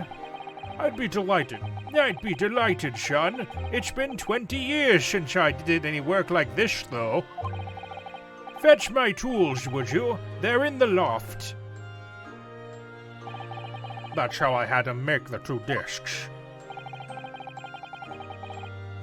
Thereby splitting the information in two. You are taking considerable precautions indeed. It was to protect myself as much as anything. It meant that I could deal with McGilded in two separate transactions. The first involved the first of the two discs and the music box for playing them. I exchanged them with McGilded for 10 guineas. Then, on receipt of the second disc, he would pay 1,000 guineas. So, what happened on the omnibus 2 months ago? Was the second part of a deal the exchange of the second disc? Yes. I'd sold the man information that way a number of times already. But it seems he became reluctant to part with his money. That doesn't quite make sense, Mr. Graydon. For why was it on the omnibus 2 months ago? Your father, Mr. Milverton, was the one dealing with Mr. McGilded and not you. When I received the 1,000 guinea after my first completed dealings with McGilded, I decided to give 200 to my father for his troubles.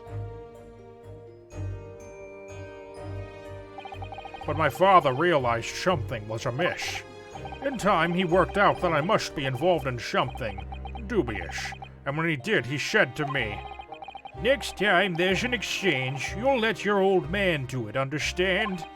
Otherwise, I won't take your money anymore."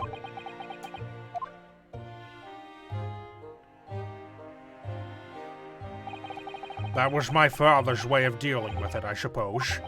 Climb into the omnibus, hand over the second disc, and take the money from McGilded. That's it. He had no idea what was actually on the discs I'd act him to make. He never knew. Just like I'll never know why everything went so horribly wrong that night. All I know is that the disc was taken from him, and he never returned home.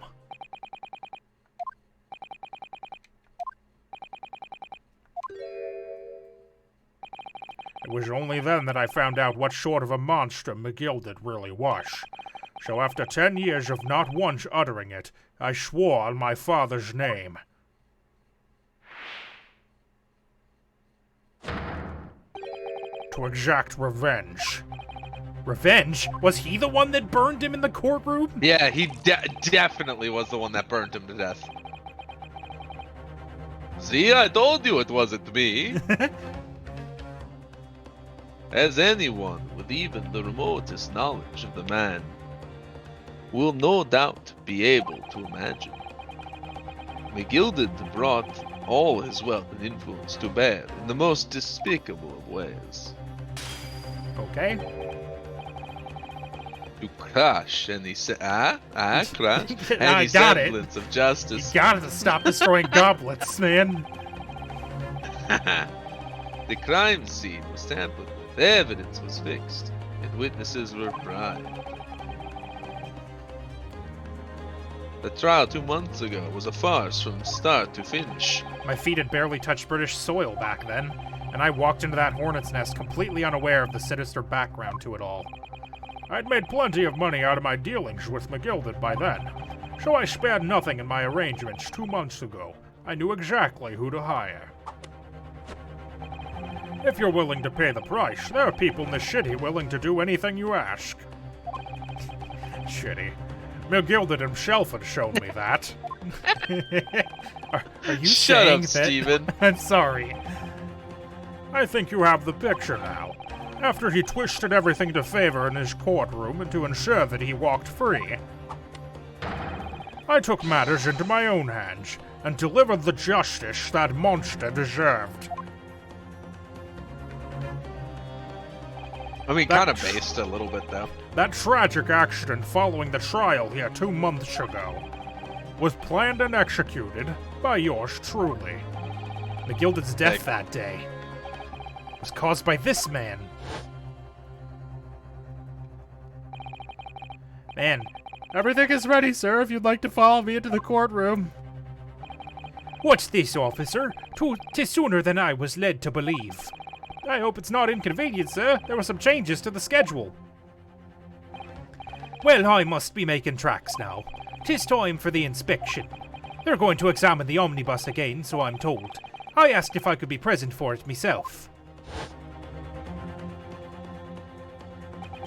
If only he hadn't done that for some reason. So that policeman who came to tell McGill that he could examine the omnibus again. That's right, an imposter hired by me. Shush. There was an impostor amongst us. McGilded used his wealth to manipulate that trial. He paid people to adulterate the omnibus with all manner of false evidence. He threatened witnesses to lie in their testimony.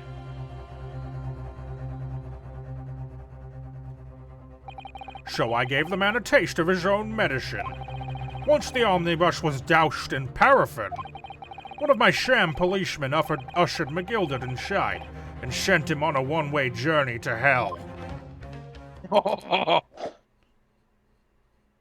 Every once in a while, this game reminds you it's rated T. An eye for an eye. That's how I avenged my father's death. Holy shit, man. A spine-chilling account indeed. But that wasn't the end for me. There was a loose end, you see. A loose end? Yes, I should think it's obvious. The second disc, which my father had taken to exchange with McGilded. Ah, yes. There was indeed no mention of it in the man's trial 2 months ago. Clearly because it had been removed from the scene of the crime. When I realized it was missing, I remembered something. Something from the first time I dealt with McGilded.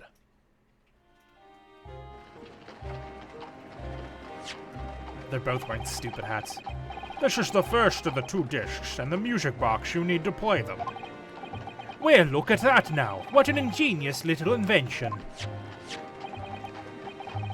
So then, as promised, 10 guineas for you, young man. What's this? Winterbank's pawnbrokery? Aye, 'tis a pawnbroker's ticket, so it is. You can use it to redeem an article I've deposited there for you. There's no need to give a name, just hand over the ticket and tell the fiend the watchword. I've put a jewel in pawn for ye. Well, it'll fetch a good 10 guineas if you sell it, so it will. I've never heard of a pawnbrokery being used in quite that way before. Have you not, Mr. Graydon? London's pawnbrokeries are very useful places, you know. Each one is an extremely secure vault. Makes sense. Makes sense. So I knew that if he'd taken steps to hide the disc, it would be in that pawnbrokery somewhere. And that on the night he killed my father, he must have entrusted the ticket to someone. Yes, to Gina. I remember now that when we first met you at Winterbanks that afternoon 2 days ago, you had the description of Miss Lestrade written down. How did you know who you were looking for? From the trial, that pickpocket's testimony was clearly peculiar. Anyone could see that. All right. I realized immediately that she was another McGilded's paunch, that he must have threatened her somehow. I was fairly convinced it would be her who had the ticket, so I started to make some inquiries. I had a strong suspicion the girl would come out of the woodwork on the redemption deadline. And he was absolutely right. And yes, sure enough, she did. All I needed to do was wait until the girl went to Winterbanks to redeem the articles. But unfortunately, she redeemed only McGilded's overcoat and the one disc that was in his pocket. The all-important music box with the second disc inside was missing. Because it had already been forfeited 2 days earlier. But I was unaware of that fact. Had I not been, I could have avoided my nighttime excursion. Meanwhile, as an investigation into stolen government secrets was progressing, Oh, I'm still here too. believe it or not, I'm here, Gregson. Tobias Gregson. Didn't you break that Dang. staff in half? It's fine. He had 2 of them. Here's the second staff. 2 of them. Didn't fucking Gregson's neck snap? Nah. Nah, he's fine. He did hork up a fucking chip though. Yeah, I know. You see that? Yeah, I know. Ah. Like that. It saved his life. We picked up on the fact that McGilded was involved. How are you supposed to choke out a man with no chin? Inspector, It's true! you've recovered fast. It's not the first time I've been choked by a half-broken staff in a courtroom. I always would recover the stolen information as quickly as possible. So we started gathering the fellow's possessions, examining whatever we could lay our hands on. We had a full-scale investigation going at the yard. But we had to keep it as quiet as we could. Then, when the inspector here took the disc from me in the pawnbrokery that day, I became nervous. I was sure the music box and second disc were still there in the shop somewhere, so I knew that it was a race against time. I had to find those articles before the police did.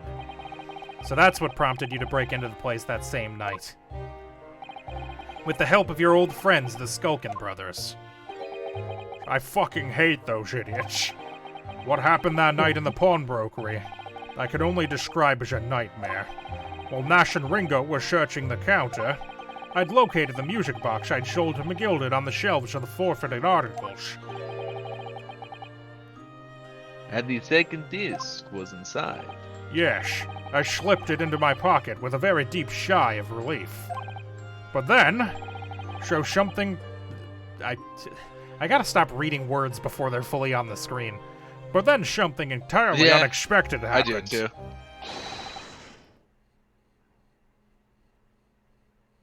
Ah, this would be me. What are you doing in my shop? Bang! What happens to Betsy? A gunshot rang out in the shop, and I felt the sharp pain in my left arm. There was a sharp.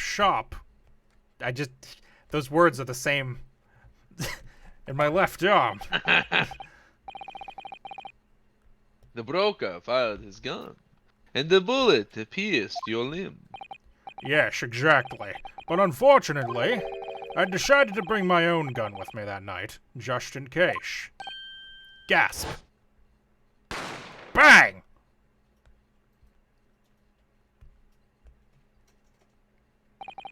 Before I knew what was happening, I'd fired back. The man had already turned to flee. I hadn't intended to fire in his direction, much less kill him. But unfortunately for both of us, the bullet hit home. It struck him in the middle of his back as he fled through the storeroom door for refuge. Sorry, sorry tale. It all took place in the blink of an eye. I don't imagine Nash and Ringo even realized what happened at first. I was terrified, so I fled. And that's the whole story. That's everything that happened at Winterbanks on that wretched night.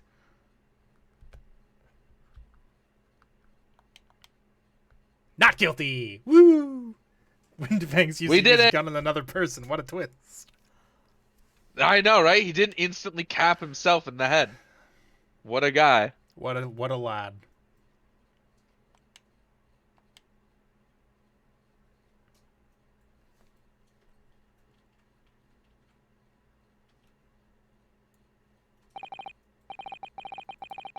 Earlier, you called Mickey Gildy the monster.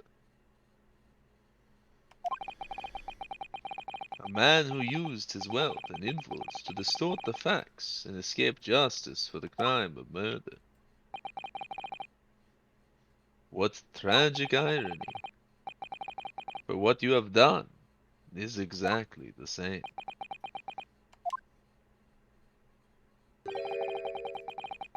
You've become the very monster you saw and despised so deeply in McGilded. Yes, I think I have. What is a man? Throws another glass.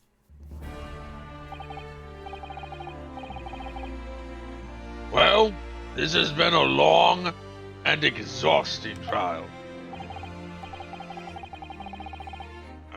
It would seem that at last we have arrived at the truth. Inspector Gregson, what of Mr. Ashley Graydon?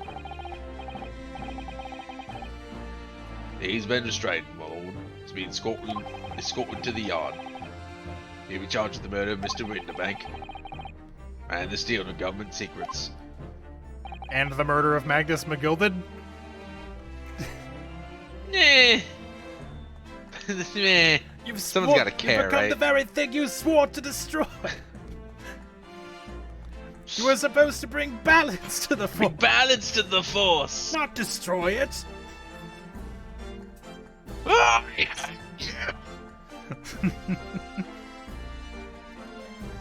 Very good.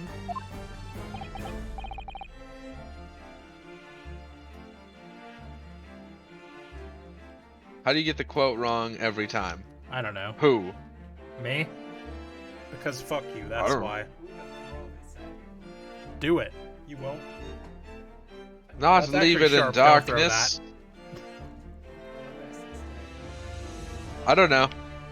I don't actually know. You mean, Steven, what you could do, considering your opponent in this scenario is Bokus, you could say, I watch more than 3 movies. That's true. Hmm? What will you do? I What know will pop she say then? culture references. Bokus has very deep knowledge of like 5 things. Just explain you're a specialist.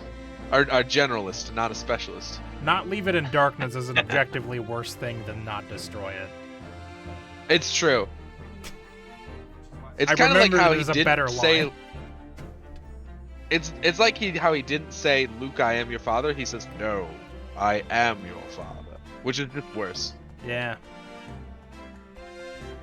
And you, Inspector. Regrettably, you will have to face charges yourself. Aw. Yes, my lord.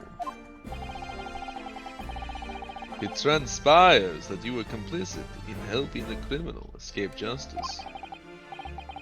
That fact remains, whether or not you're doing so in the line of duty. The crime is a serious one, Inspector, and inexcusable. Now to the defendant, Miss Gina Lestrade. Also guilty. Ah. Plot twist. Yeah? It's time for the final adjudication. Is the jury ready, Mr. Foreman? Yes, sir. Goddamn squad standing by, sir. This is really it now. The last push, the final call, the finishing whistle. My men are ready to deliver their verdicts. Thank you, Mr. Foreman. Very well, ladies and gentlemen of the jury. You will now declare your final decisions to the court. Not guilty. Not guilty. Not guilty. Not guilty. Not guilty. Not guilty. See, that one sounded Russian. Yeah, that was Russian. The other not guilty. The other guilties were guilty. Guilty. Holy fuck. I forgot it explodes every time. Ha ha ha! That's the stuff. I'm off the hook. Well, there's still the perjury. Finally, Bruno, you finally managed to do it. Finally is the word. I really wasn't sure if we'd come out on top for a while there. Susie was right. You're the best lawyer in the world.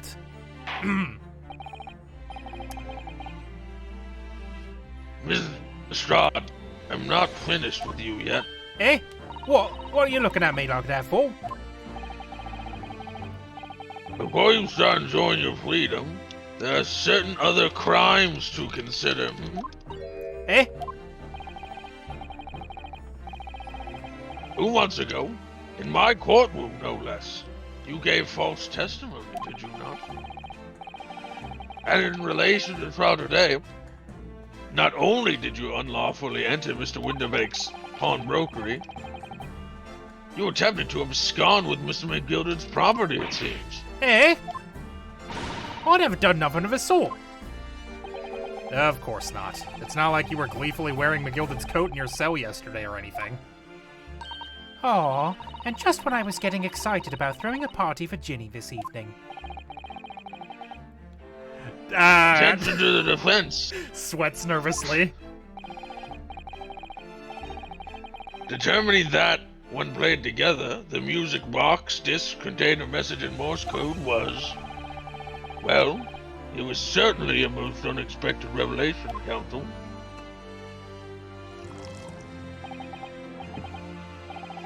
Quite so, my lord. The prosecution was caught entirely off guard. In fact, I think we should applaud my learned friend's courage here today. I propose a toast to demanding that government secrets be disseminated before the entire courtroom. I did do that. Very sorry about that. It was the only way that I could get Inspector Gregson to admit what he'd done, so... If I may say something on that point... Ooh, isn't that... It's, about the sounds produced by the music box before. I do wonder if that was really Morse code at all. What? What are you saying, madam? Oh, what? Does it just made well, no it's sense just that I'm there? really rather Wasn't it ciphered? Yeah, probably. It's just that I'm really rather fanatical when it comes to Morse code, you see. So much so that the whole world seems to be covered in dots and dashes to me, in fact. Weird. Goodness, madam. An unhealthy level of obsession, one feels. Holy shit. British judge fucking rocks, I dude. know, dude. He just says shit. He's fucking wild. He's just like, damn, that's fucked up. It's like, But I must say that in my opinion, the sounds produced by those two discs were nothing more than that. A meaningless series of two different tones. What? What? Can that really be? It wasn't Morse code after all?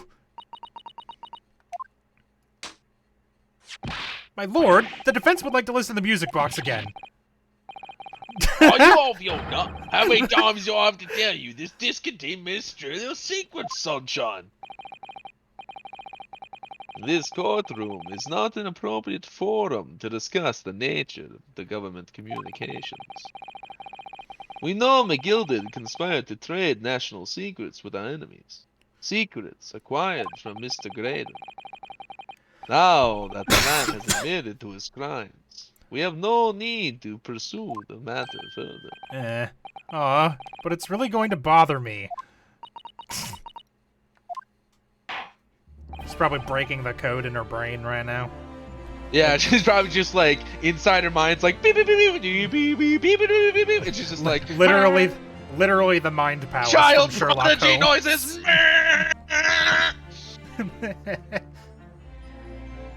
I hate child prodigies. I hate child prodigies. I hate child prodigies. I know this. I hope a child prodigy, like a real world one, finds one of our videos someday. Is like, wow, what did I do? And I'm like, I'm sorry, it's not you. It's the way you're portrayed. It's like people with heterochromia, right? In real life, they're probably fine. It's just the way it's used in media pisses me the fuck off. Mr. Strahd? Yeah, me lord. That which you have seen here today in this courtroom has been extremely disturbing. Yes. Falsified evidence, intimidation, perjury, a grim catalog of depravity. An appalling experience to befell any child before. Come on, any it child. ain't nothing I don't see most days in the back slums. I beg your pardon. If you're weak, you pay for it. That's just how life goes. She's Gina. having a brain blast, Jimmy Neutron. That's what she's doing. See, Jimmy Neutron is a child prodigy that I liked though, because they gave him weaknesses. Where His like weakness was he that he fucking was sucked insufferable. at all things. Yeah, that was the point. It was great. Normally they're just like, this child is good at everything forever and has no flaws, and it makes me want to die. You see perjury in the back slums? Yeah, all the time. It's All the why they time. call it street justice. But look, I reckon I've worked something out today. The world ain't fair, but if you want it to change, you've got to start at home. You've got to change how you are yourself.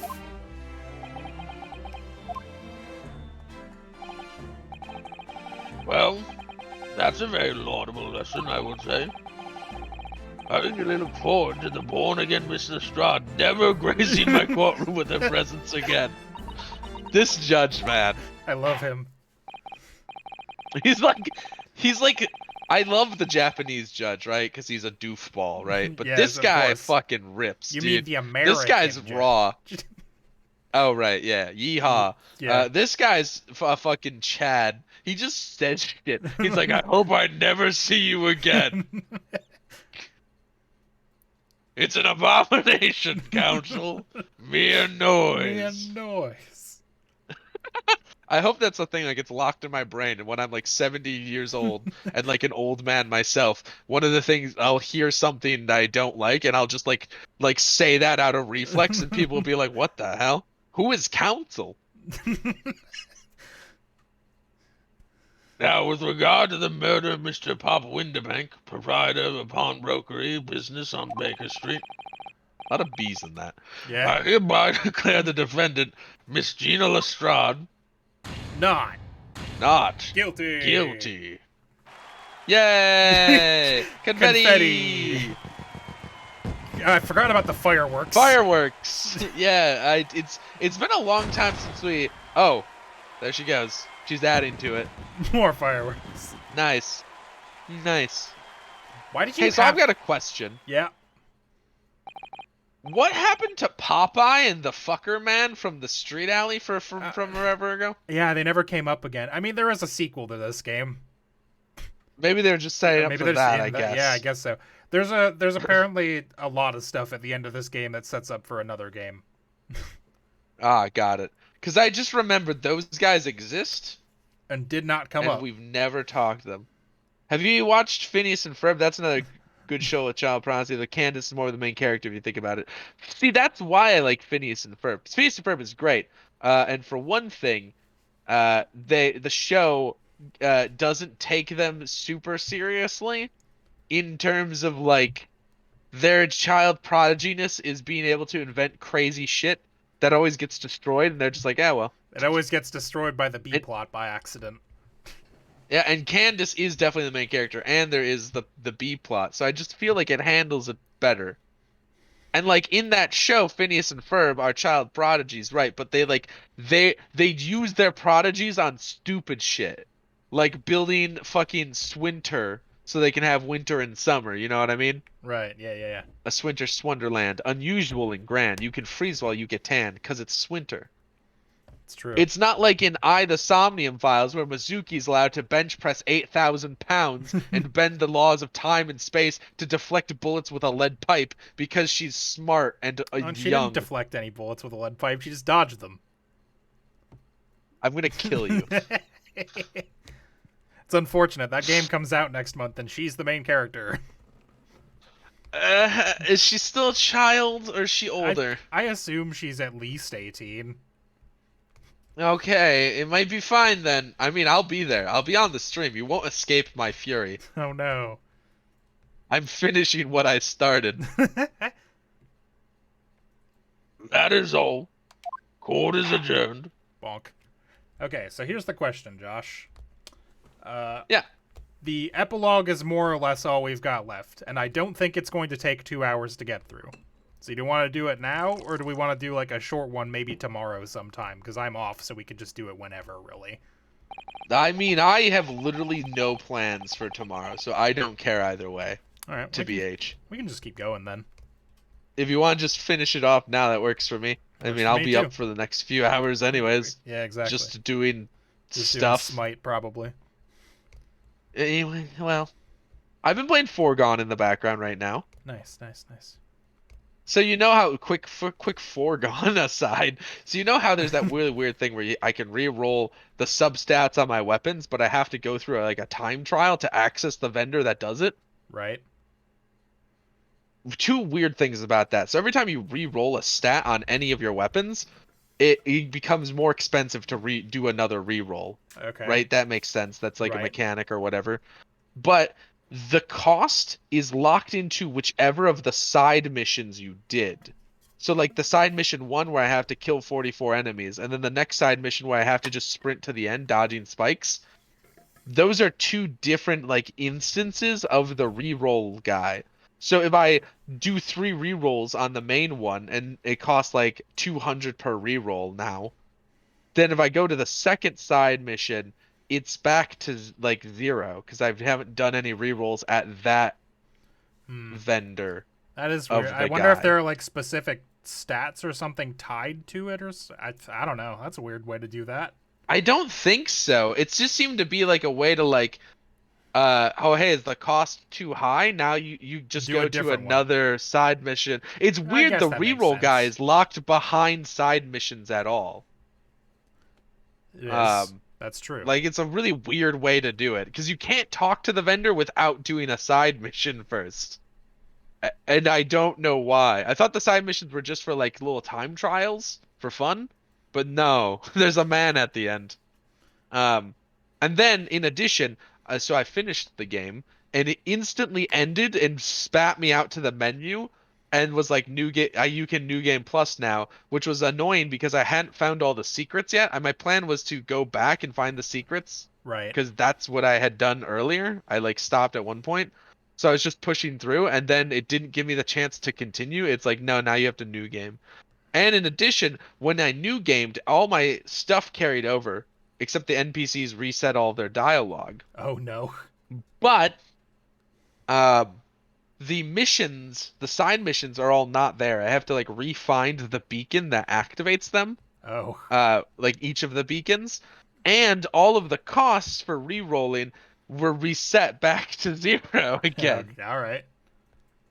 It was, which is good, but it was wild because like, so the thing is, I barely ever re-rolled, and I was like, what the heck? It was like, this is like this part of the game doesn't make any sense to me. It's very random how they've done it, and I was confused, and I said to, and I when I saw it reset, I was like, oh man, should I have like done more of these re-rolls?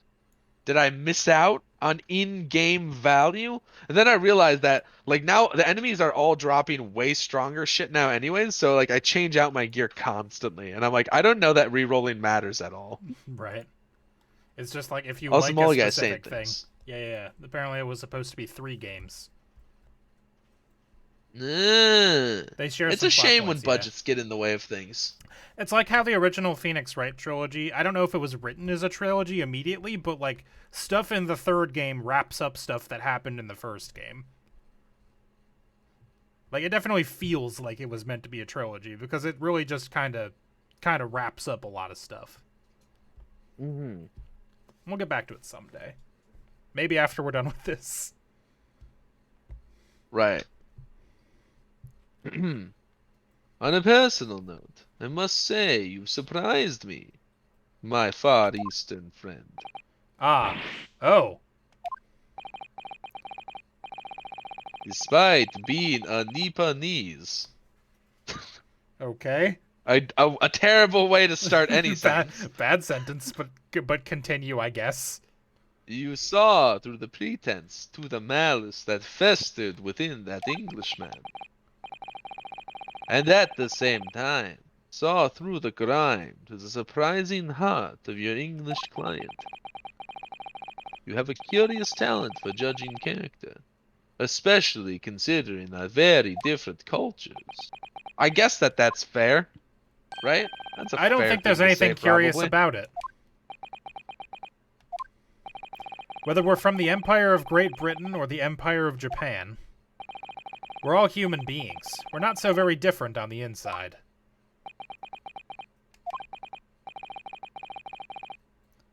You know, I took this case for one very simple reason. To lock swords with you once here again in this courtroom. You did? When I encountered you for the first time 2 months ago, it reminded me of toasting friendship and trust with another Nipponese, only to find my trust betrayed. What? Through you, I hoped to look into the eyes of the man I once knew and try to understand. You mentioned something similar earlier today, about total betrayal at the hands of the Japanese. What happened exactly? I don't want to talk about it. Well, you may ask. And one day, when the time comes, you will learn the answer, whether you like it or not. Ominous. Alright then, I'll wait for that day if I must.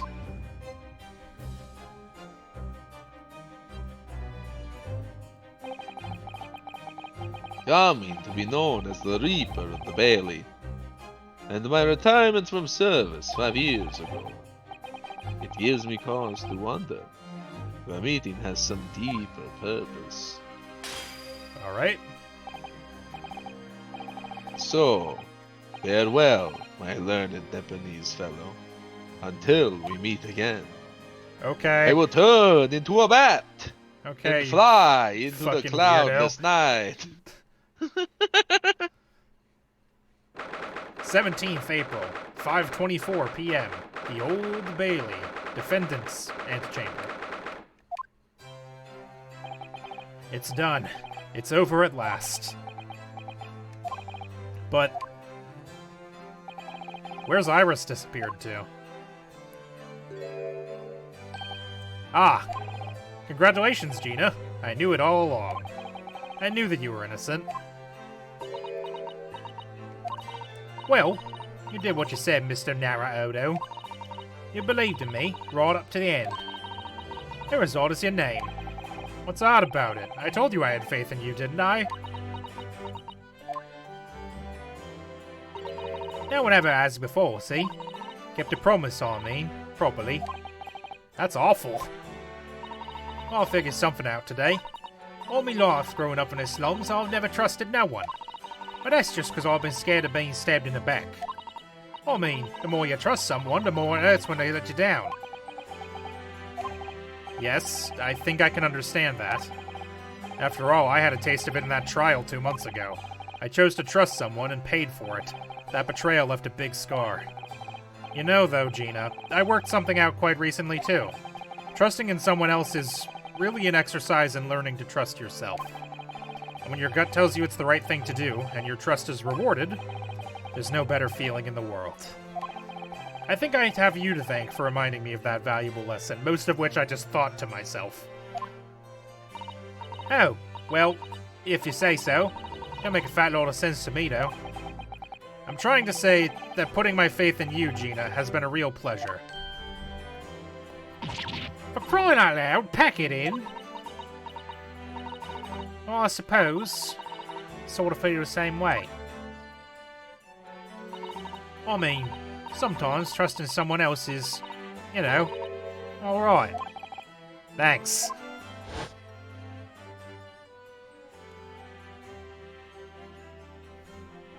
Ah, a Kazuma flashback. Kazuma. This is the way I see it, Ryunosuke. Look at this man. Yeah. Defense lawyer is only as good as his faith in his client. And that comes down to how much faith he has in himself. After this experience, I'm starting to feel like I understand what you mean. Kazuma. Am I living up to your expectations?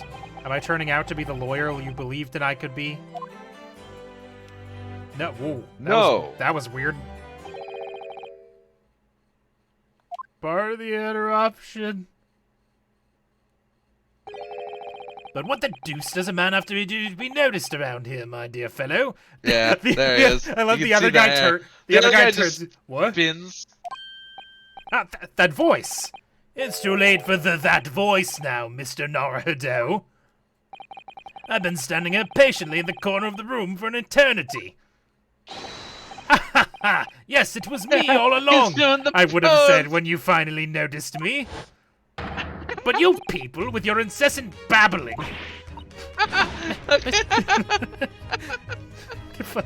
It's so fucking bad that we didn't spot him. Ah, Mr. Sholmes.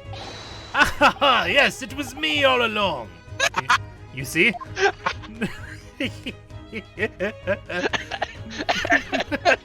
I fucking hate him. Oh god. I'd assumed you'd been taken back to the hospital, to be honest. Indeed I was, but I managed to escape again. Oh. I happened to be aware of one or two foibles of the doctor who was tending to me. I merely made my knowledge of them known to the man, and he happily issued me with a leave of absence. How very above board. But enough of my adventures. That was a fine victory, Master Naruhodo. Your tireless efforts justly rewarded, I feel. Congratulations are in order. As a close friend, I tip my hat at you. Oh, thank you. We friends? Some great detective you are. Great at being cold as ice, maybe. Have I irked you in some way, Miss Lestrade? Oh, you've been having a snooze in your nice soft bed. Some of us have been fighting for our lives. Ah, well, that bullet did cause me to lose a substantial amount of blood, it's true. So I have indeed been feeling somewhat cold. Not perhaps cold as ice, but, well, have a feel. Could you take your hands off my neck, please, Mr. Sholmes? And, in some way, I suppose, congratulations are in order for you too, Miss Lestrade. What's that supposed to mean? Why so half-hearted? Well, naturally, it isn't my intention to alarm you, but... an acquittal in a trial with that particular prosecutor is perhaps a little precarious. Oh, right. Well done, Mr. Sholmes. Not you're alarming in gonna the die. slightest. The Reaper of the Bailey, forgot. Oh, The Reaper, you mean? Because anyone who's found not guilty in a trial he was working on winds up dead anyway, is that it? Who gave him more cocaine? I assume he has emergency cocaine. the very Hidden point about I the was city. trying to make. As exemplified by the fate of Mr. McGilden, in fact. Ah, but of course, I pay no attention to such irrational drivel myself. Yeah, well, it don't bother me. Oh, really? Of course not. Well, I see it. The Reaper's a bit like I'm upstairs. Him upstairs. Him upstairs? You mean like God? God. Yeah, him upstairs knows what's all right. He knows what people are like on the inside. He won't have got the wrong end of the stick. There are some cops like their bog trotter would have rotten to the core. And at the end of the day, him upstairs make sure they got what they deserve. I suppose that's one way of looking at it. Divine justice is one thing, though. The Reaper taking matters into his own hands and claiming lives is another. Well, I ain't like the McGildas as it were, so I ain't scared. I got principles, see? A trait in you which is to be admired, Miss Lestrade. Oi, just give a rest, alright? As I was saying, congratulations are in order. The news of your acquittal was very welcome news to me indeed. Let me express my heartfelt congratulations, Gina. Well, there you are, Hurley. How long have you been here? Honestly, I went to the main entrance especially to meet you there. Ah, Iris, my dear, I do apologize. But wait until you hear what I tell you what happened. This pair made utter fools of themselves. What happened? As you know, I have a penchant for disguise. I was hiding in this room dressed as a bailiff. But these don'ts didn't Like notice my child- present at all. Child walks up to him like, They "Why had aren't you no in the idea." hospital early?" And then he's just like, "Listen, these two are fucking idiots. They didn't expect me to be hiding as a police officer." They had no idea. God, what a clown. I accidentally changed the Magic of Monday layout somehow. Whoa! How'd I even do that? Is it Monday? No. This prologue was a lot longer than you told me it was. Can you imagine, Iris? Would you credit it? I'm not sure, really. I beg your pardon? I'm sorry, Hurley, but you just don't have the weighty presence you seem to think you have. In fact, you really ought to be careful about that. It's going to land you in trouble one day. I'll be careful. Ouch. The pout's really good. Anyway, it's such a shame. I was so hoping to throw a party for Ginny tonight, but you won't be able to come, will you? Don't look like I'm gonna be going nowhere for a while. You heard the judge's powder. I got stuff to make amends for, apparently. All them offences. What was it again? Breaking and entering, taking a bog troll to stuff what was in the lug, blah blah blah. Yes, I think you'll find that basically being a pickpocket is the main offense. But diving ain't an offense. It's a job, innit? I don't think so. Still, I like it's that got she, me thinking. the idea that she just doesn't know. She's like, "What? What? That's what I do for a living." It's my job, eh? Still, it's got me thinking all this. Maybe I should start looking for another line of work. I mean, you didn't start off as a lawyer, did you, Aldo? Well, no. But I was never a pickpocket. Well, anyway, I reckon I could make a change. I'm gonna do something for all them lot like me from the slums. Something that makes a difference for them. That's a wonderful idea, Ginny, and I'm sure you can do it.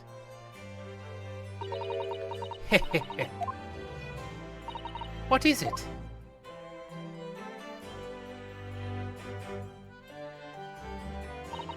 Nothing. Miss Gina Lestrade! The prison carriage has arrived, ma'am. Come with me to get to the rear gate at once. Right. Well, looks like I'm off then. Yes, goodbye, Gina, and good luck.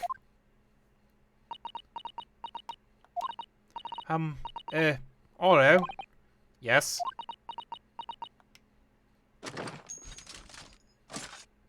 No, Why? Don't. Why? don't. Ah! What was that for? I don't know. I mean, I don't know what to say, so... So I shot you indeed. point blank. Perhaps the With situation the calls for a smoke phrase grenade. hitherto missing from your vocabulary, Miss Lestrade. Hey, It's called thank you. On occasions such as these, I would recommend a simple thank you. oh, Yeah, I was gonna say, Foka. I was gonna say she's being the ultimate tsundere, where she just kills us rather than admit anything. oh yes, it's good advice, Ginny. Right, I see. Well,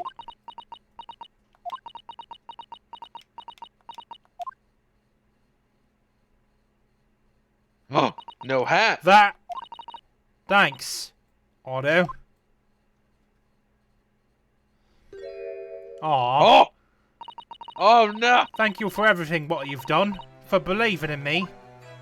Now that's a rare NFT right there. Not at all. In fact, that should be my line. Thank you, Gina.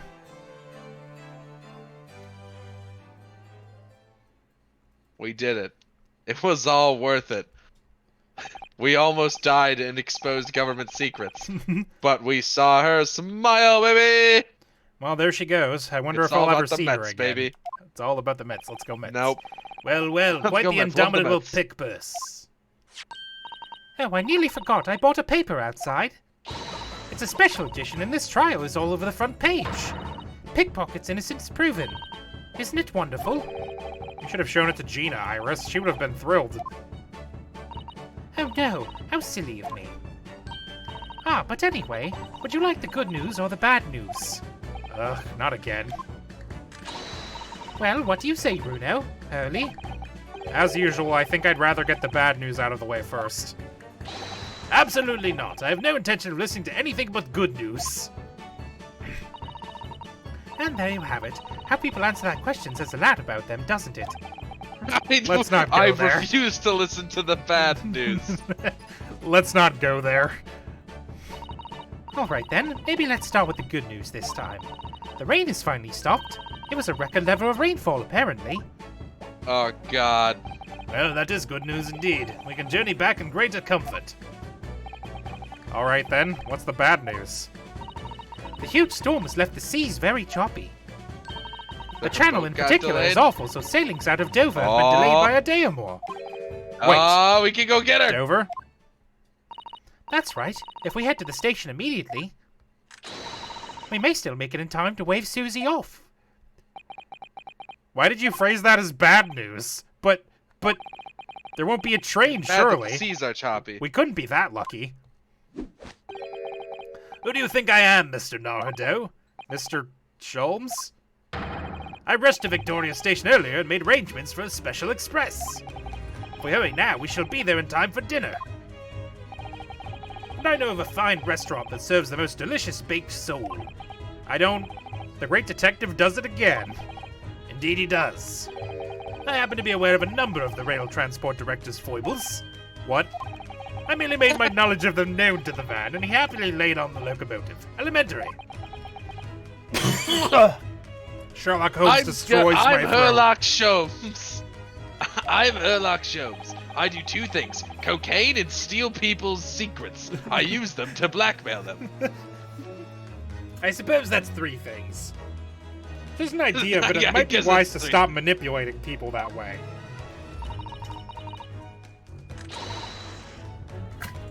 God, his voice destroys my throat. Welcome to my hell. What are we waiting for? Now imagine you're not talented enough to do any voices that aren't like that. What are we waiting for then? To London, Victoria. I'm gonna mute my microphone before I blow my nose. That seems like a kind thing to do. Hold on. Be kind. Rewind. There's the boat. Dude, I hear this place has got some white cliffs. Alright. I did it. Sweet White Cliffs of Dover reference, Josh. Thank you. Thank you. It was a good one. I know why about it why from did I say Guitar thank you? Hero 3. That took somewhat longer than I had anticipated. Susie's boat must be about to leave now. Mr. Sato, where are you? Right there. Over there, look! It looks like she's reading something. She was a nerd. Is a nerd, I guess. Hold it! Hold it! Hold Mr. Sato, it! wait! Excuse what me! are you doing? Oh no! Don't throw the book! She's about to yeet that into the ocean. That's littering, Susato! Mr. Naruto, what are you doing here? We came as soon as we could after the trial. I mean, we heard that sailings were being delayed due to the bad weather, you see. One last Susato takedown. Oh, I'm expecting a Susato takedown. Oh, I see. Into the bay. I just read that for Wait, you. what? Fucking shit. Damn it! Yeah, I know. Damn it! Stop it! Stop it! Oh, I see. Stop doing that. Stop assuming my identities. I hate it. It upsets me. Then tell me, how did Gina's trial go? She's getting the chair.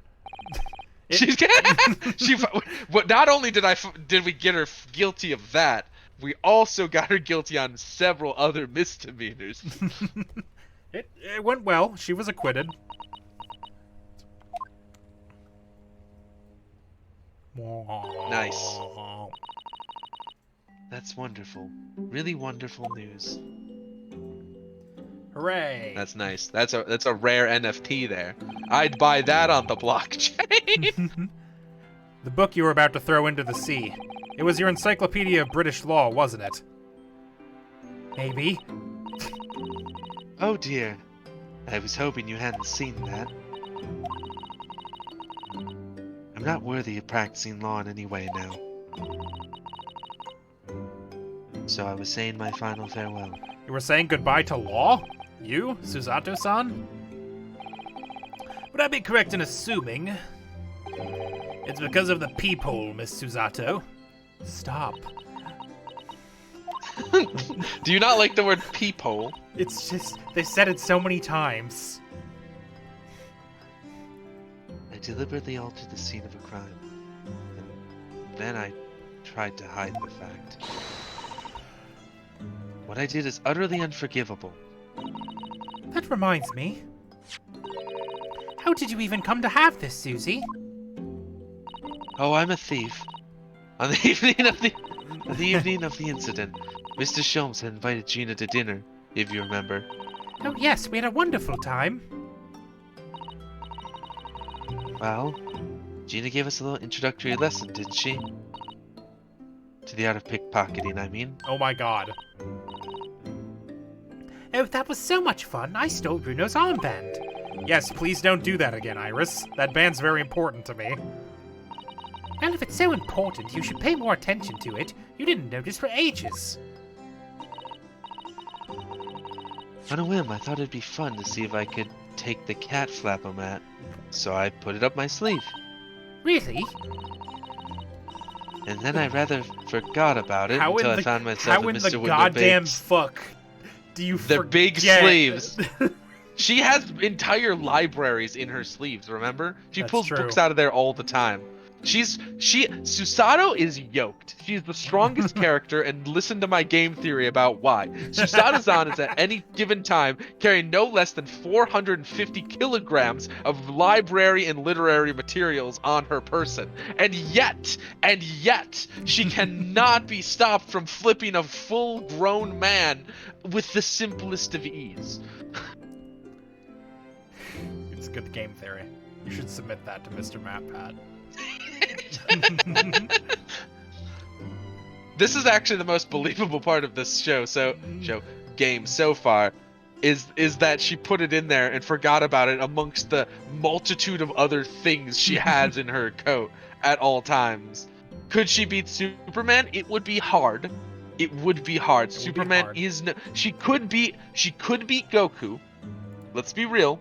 Goku versus Superman is not even close. No. I mean, Superman's thing is that he does not lose. Whereas Goku loses sometimes. Yeah, he just comes back stronger. And then I rather forget. But Superman does like things that don't make sense. Like he can go, I focus. One time he's like, I focused my laser beam through your retina and cut out a tumor in your head. It's like, all right. That sure. doesn't make any sense. Sure, Superman. Whatever you say, Clark. Okay, Superman. One time he lifted a book of infinite pages, and Shazam helped. But here's the thing. It's infinite pages, so helping doesn't actually do anything, right? Because even if Shazam lifted 1,000,000 pages, it's infinite There's pages. still infinite pages, yeah.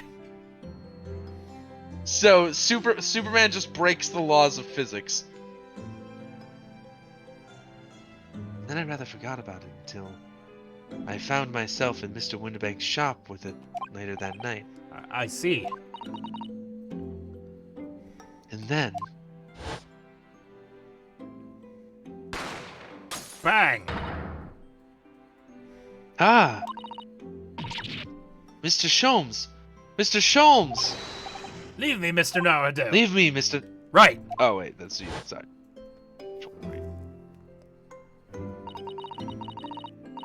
After Mr. Naruto had left the shop, I started to think. The doors started to play on my mind. The storeroom door, you mean? Yes.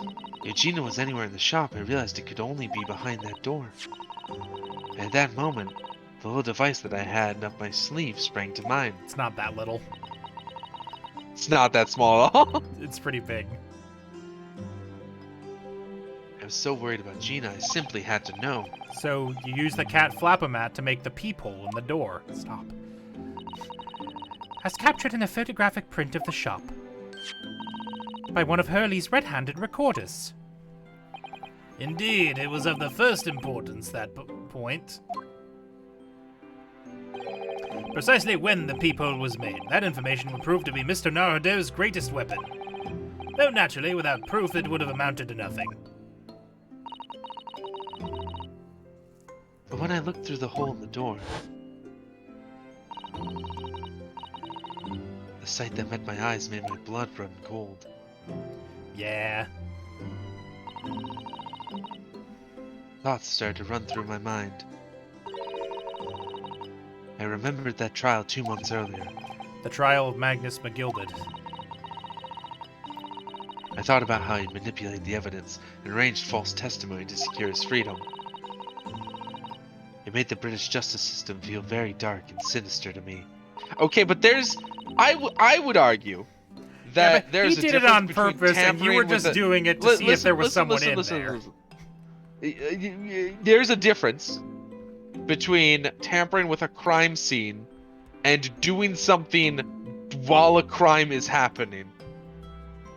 Right? Like, those Yeah. are different things. Like, if someone's breaking into my home and I, like, leave my bedroom to go see what's going on and I, like, move my couch to, like, block a door, that's not tampering with a crime scene. Yeah. That's not... That's Like, that's she reacting was- to a crime in progress. Yeah, so, like, it's perfectly fine to be like, we know Gina was here, but where is she? She could be in this room and need medical attention. What, are you just supposed to let people die until the police show up?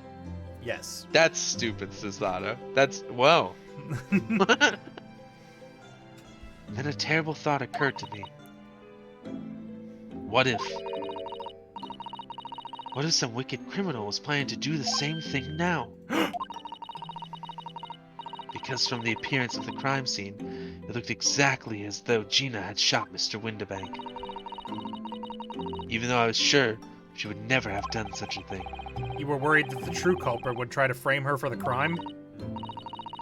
That's right. But then I realized it would be very difficult for anyone to give false testimony in this case. What do you mean? Well, the crime appeared to have happened behind the door of a locked room. For someone to claim falsely to have witnessed it, there would have to be a way to see beyond the door. Ah. For which, a peephole would be the very thing. People. Stop. Only the peephole I made wasn't actually there until after the crime had been committed, of course. And the criminal would know that, so it wouldn't make any difference. But the possibility of a rather ingenious trap was there, was it not? A trap? Is that why she did it? So, is that why you kept it a secret, Susie?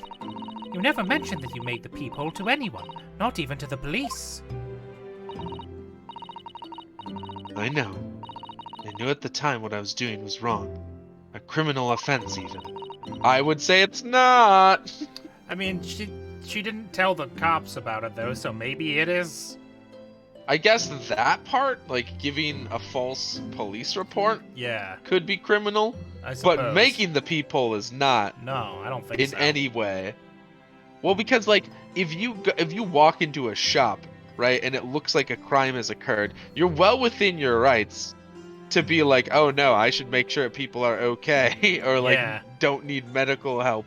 I don't remember the fan translation using the word peephole this much. Yeah, I know. Just any other descriptor would be Peephole. great. Like what? Trap door? It's not a trap. The hatch. Really. The Hatch? The window. It's not a. Well, these. I don't think any of these work, Steven. The I think opening. peepholes. Ah, okay, that way. You got me. You got me. They could use that one. The opening in the door would make sense. That's why I decided to confide in Mr. Sholmes. Mr. Naruto was completely backed into a corner, with no other means of escape. The truth about the peephole could save him. That was my plan. She really does think of everything. But then, why didn't you just tell me everything before the trial began? My dear fellow, you're not thinking straight. If she had done that, it would have rendered you complicit in the whole escapade. Ah, You could have been disbarred if you had been seen to have knowingly tampered with the crime scene. So Miss Susato decided to shoulder the burden of the responsibility alone. For your sake, and Miss Lestrade's. Miss Susato. The truth is, when it happened, I did it because I lost a little of my faith in the law. Oh, fair. I was worried that the right person wouldn't be convicted of the crime.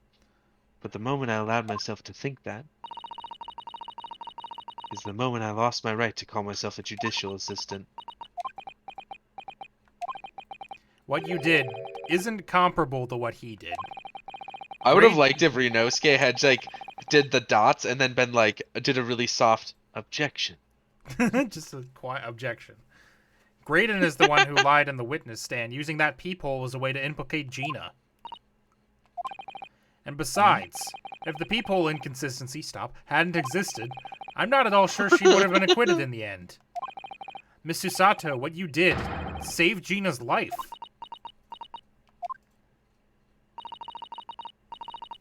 Well, with your kind words, Mr. Naruto, you've saved me too from my regrets. Nice. Hey, Nice. we did it. Good. We did it. We won. Well, we must all be thankful that Miss Lestrade's freedom has been assured. Yes, exactly. Although some of the loose ends in that trial will continue to play on my mind, I'm sure. But the revelation of that music box disc contained secret messages, Mr. Naruto. What a triumph to work that out. I'm full of admiration. Well, actually, that argument wasn't quite as compelling as I thought it was. Oh, it wasn't? There was a communications officer among the jury members, you see, a telegraph operator. And she said that the majority of the sounds on the disc were just meaningless tones. As one would expect, after all, we are talking about secret government communications. No doubt they were written in cipher to avoid being readily understood should they have been intercepted. In cipher? I see. So then we could never have hoped to understand the message anyway.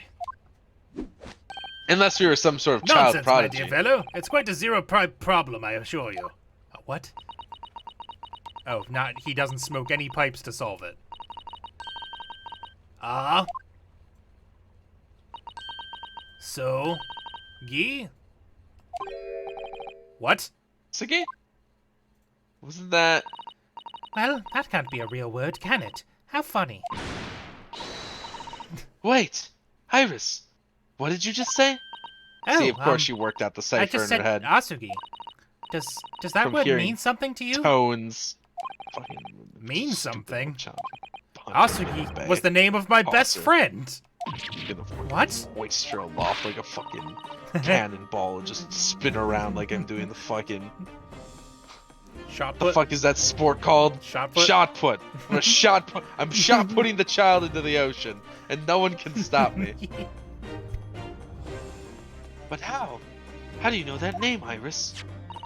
I wrote it down during the trial before, when the message was playing on the music box. She transcribed it on the fly? She really is a genius. I thought the message probably wouldn't be written out in plain Morse code, so I tried various ways to interpret it. But whatever I tried, the words just didn't seem to make any sense. Hooray That for the is, child in genius English, itself, at the Morse least. code. Oh, it was Japanese. Oh, It suddenly occurred to me, you see.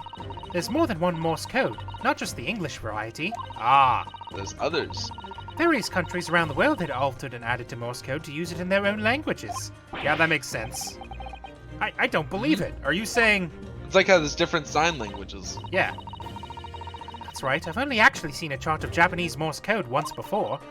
But I think Once it's based on the... before! But I think it's based on the Iro I'm gonna Harpan, piss isn't it? myself, Steven. And you mean to say that it's in Japanese I Morse... hate it. I Having hate the a child. Having a photographic memory Steven. isn't necessarily a fucking, like, child prodigy thing. It doesn't help. No, it's not. But it's another piece of the puzzle, Steven. They always have everything. Like, couldn't they just make it so the child who's like, well, I study a lot of Morse codes in my time because I'm just passionate about it, instead of, oh, lol XD, I saw a chart once and I went click clock and took a screen cap of it and locked that one away. Like, you don't have to do everything effortlessly. And you mean to say that in Japanese Morse code the message says Asugi? Yes, I think so. Sorry, but I don't remember all of the Japanese Morse code. See, Oh, she a doesn't shame. remember all of it. I'm gonna commit a crime. I don't know what, but I'll do it. I'll vandalize something. Iris, would you let me see that? Mr. Sato, do you know it? Do you know Japanese Morse code? Yes, I spent some time studying it. Why? See? Fine. I have no issues with that. Whatever. Chisato's a big dumb nerd. She probably does do shit like read Morse code. I get it. It's fine. It wasn't effortless. It took her like 20 minutes. Well, You technically it took got her me like there, but like technically it took her like 5 hours because we did do a whole train ride here. yeah, the whole time she was just going shananananana. Fucking channeling her inner. Because I'm quite sure Morse code will become ever more important for international communications. Then might I recommend, my dear madam, that you focus your efforts on the English version? Oh. Be that as it may, Iris, show me the message, please. Of course.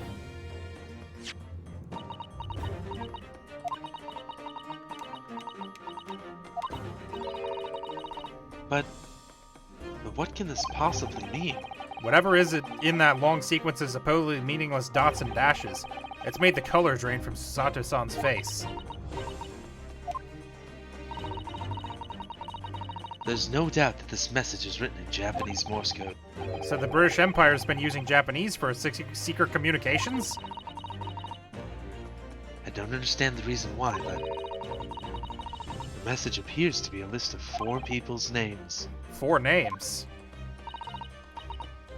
The first is Kei Asugi. Kazuma Asugi. Why? Why was his name on that disc? The second is A Shin. Shin? Shin? Shin? I don't recognize that Shin? name. The third is T.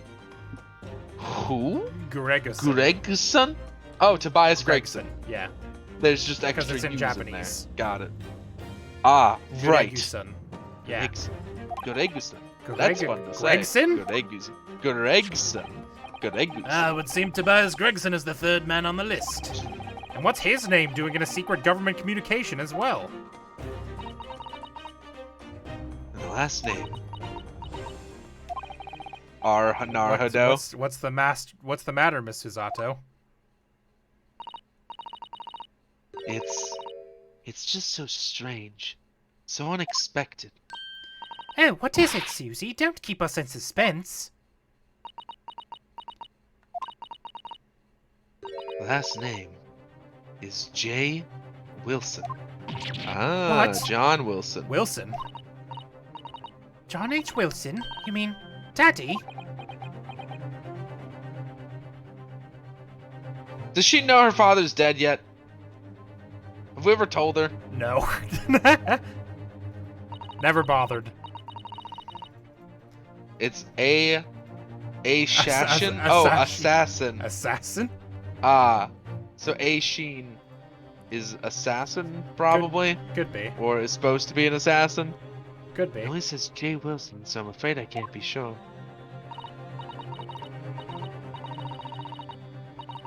Then, after the four names, it reads, if I translate from Japanese, that is all four. And that's the end of the message. Or rather, the end of what you noted down, Iris. I just can't believe it. Who would have ever thought that those discs contain Japanese Morse code? Not to mention a strange list of some disturbingly familiar names. It would appear that this particular message is a communication of some sort between Great Britain and the Empire of Japan. So, Daddy could be in Japan then, where Susie and Runo come from? In a matter of speaking. Well, he is in Japan. He's still there, I guess. He's sort of. It depends. I guess sort of unless- depends on whether you believe that a What body you is still a count as person. him. Yeah, I mean, how do you feel about the soul? Where do you think the soul resides? Are we merely earthen vessels for the grace of God, or do you believe that? Oh, well, No, it's not very likely, really, is it? why I don't mean, we tell There are her? thousands of people with the surname Wilson, and there must surely be a lot of J's among them. Professor John H. Wilson, visiting professor of medicine at the Imperial Yume University. But we can't tell Iris about that now. We just can't. You should Why at some not? point. I would say it's wrong to keep the death of a parent from the child. I feel like it's just bad. Like I get Ultimately, it's like, it's just going to come back to haunt you. Yeah, like don't cause a trauma you don't need to. But I'll mull a guy. but to hide it is so fucking It's not not great. cool. It's This not is- cool, man. It's bad. This is so strange. This is like a Yeah, it's bad. yeah. This is so strange. It's like no, I won't do Spider-Man spoilers. It's too soon for that. Never mind. Thank you. Good. I didn't like his actions at the end of that movie because it feels weird for Mm. similar reasons. Okay. It's so strange. Somehow, when solving the case of Mr. Windibank's murder today, I feel like I've rolled back a boulder at the mouth of a very dark cave. Okay? Just like Jesus. Just I do like wonder. Jesus. A lot of Jesus imagery in this game. If perhaps a dark cave. If perhaps it's a dark cave that we shouldn't go wandering inside.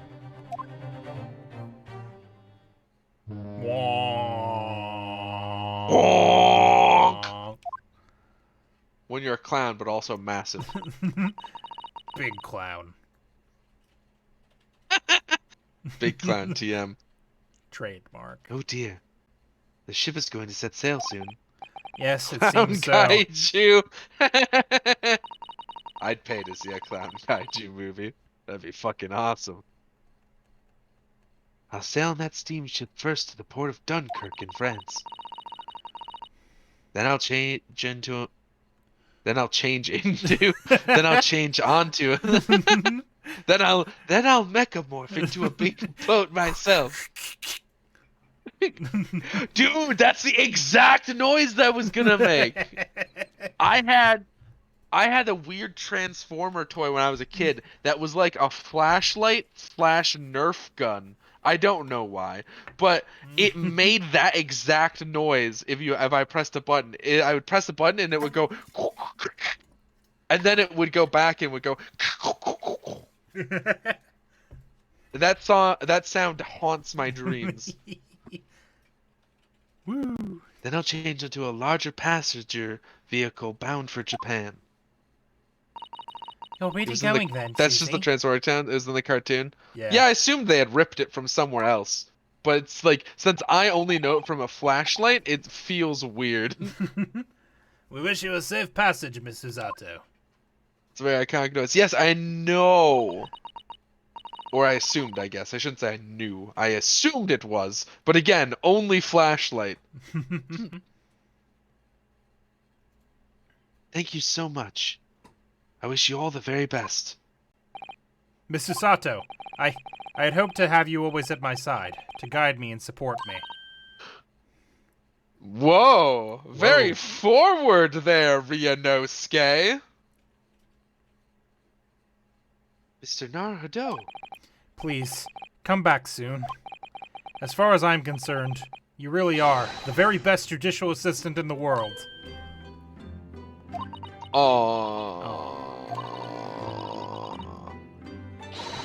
Oh no. Oh, she snapped out of it really fast. I'm quite sure. I'll be back before you know it. Really, Susie? Well, it does take apparently 100 days to get there and back, only for the boat driving itself, so... Yeah, it's you fine. know. Oh, So now don't it'll forget, be a Iris. second. I've made you a promise I've yet to fulfill. Fuck. A promise? About your manuscript. Ah, Oh yes, the Hound of the Baskervilles. well, I'll be waiting for you then, Susie. A promise is a promise. Definitely, Iris.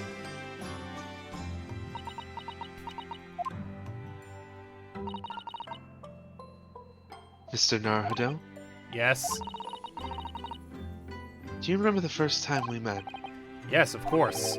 On the SS Buria, when I was dragged out from that wardrobe still half asleep. Burya. If I remember rightly, you threw me halfway across the cabin with a Susato takedown. Speaking of Susato takedowns into the bay. You know very well I'm talking about after that. It's strange, but being thrown together as we were in that case, I somehow felt straight away that you were the perfect person to continue Kazama-sama's great legacy. Miss Susato. Kazuma-sama. My instincts were right. I really want to believe. No, I'm sure that. I'll be back soon. Farewell until then. Goodbye. Goodbye. Save the world. My final message. Goodbye. Oh, we've got an anime cutscene. No, I forgot they were So doing we seem to anime have come to the cutscenes. end of the adventures of Ryunosuke Naruhodo. Or the first volume, at least. Oh, the cat came too. Meow. Looking back now, it feels as though fate has led me on this journey.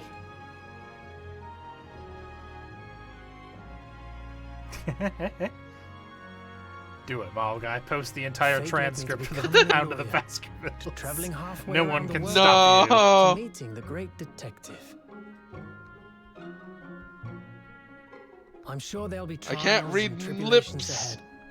Of course No there will. Susato takedown. She didn't feel like it. We didn't do anything to annoy her, Deboko. But whatever happens, I know I'll be able to turn my fortunes around.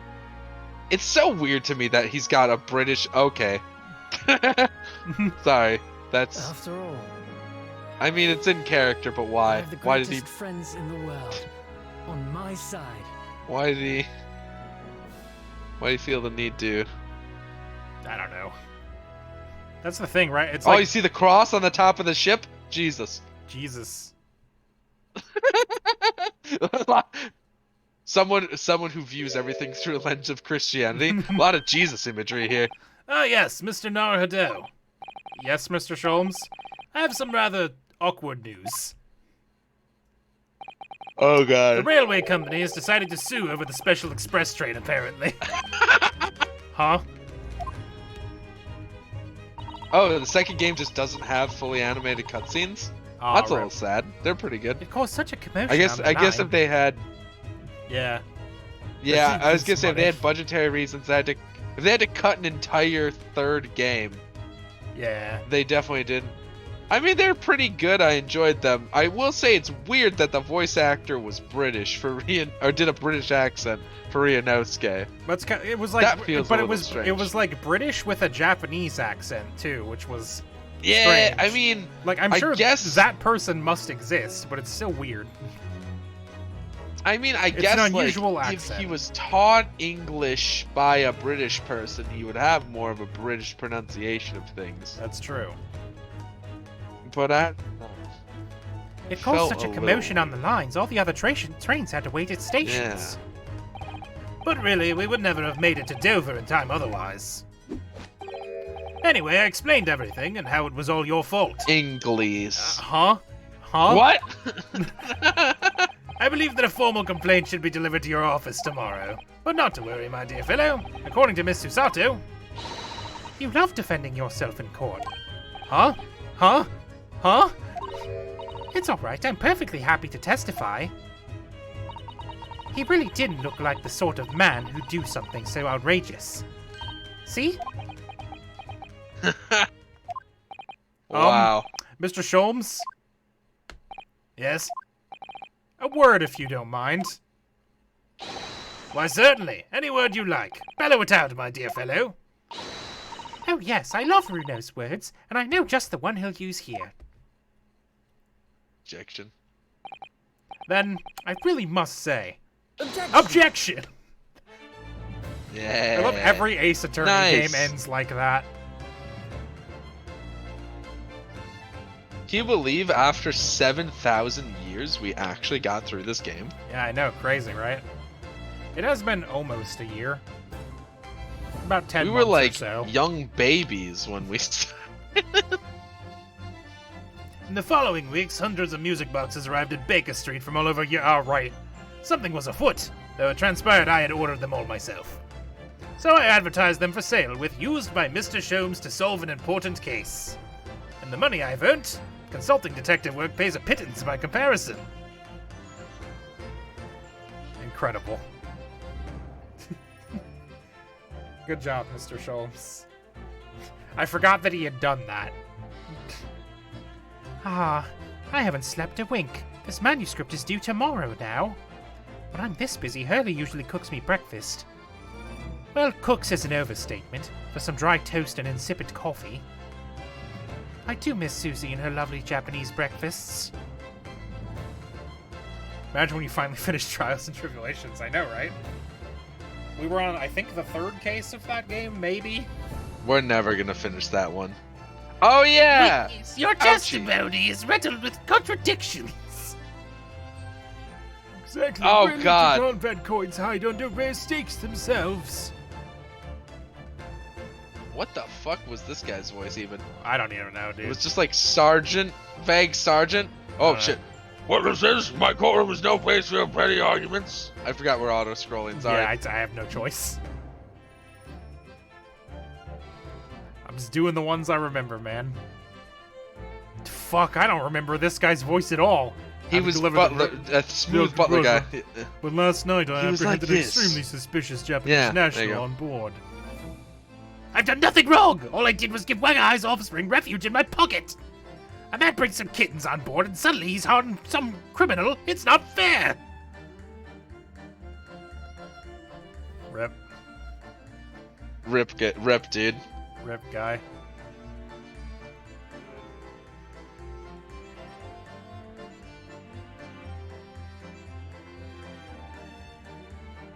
Scientific investigation will be the gold standard for policing in the new age. I dreamed of a world governed by the tenets of order and discipline. Like a great clock, in fact, whose hundreds of parts mesh together in perfect unison.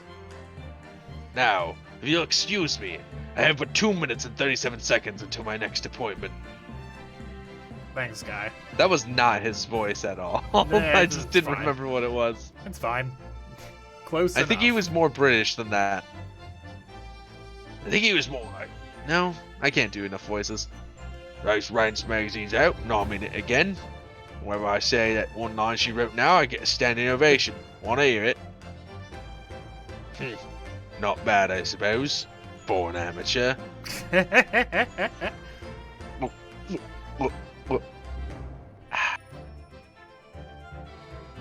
Her ladyship puts me to shame. I love Gregson. I'm glad he wasn't actually a bad guy and was just like doing his job. Big, powerful clocks. His large, ticking clocks. Redmond's hometown on a daily basis, of course. Joey, my old jailbird. I say, man, with those bally stairs every day has done wonders for the dicky peg. The what? Managing where the housework too. Got this maid business taped up, I'd say. Hope the gossipy maid as man the house is his own maid. Is what? Never say Dicky Peg to me again. I'm going to regret Googling Jesus. this. Don't Google Dicky Peg. Oh, it's Steven. Patricia. Yep. My woey's on the beat again. Oh, thanks to the Weeper. More than days holiday, small change in my car. I'm a bit of Bobby now, looking out for Londoners, dropped Japanese and my lovely wife. I did Oh, love these Pat. two. Oh, woey. I love their big, dumb scarf. Yeah. Stop adding me with Dicky Peg. Cease, spoke.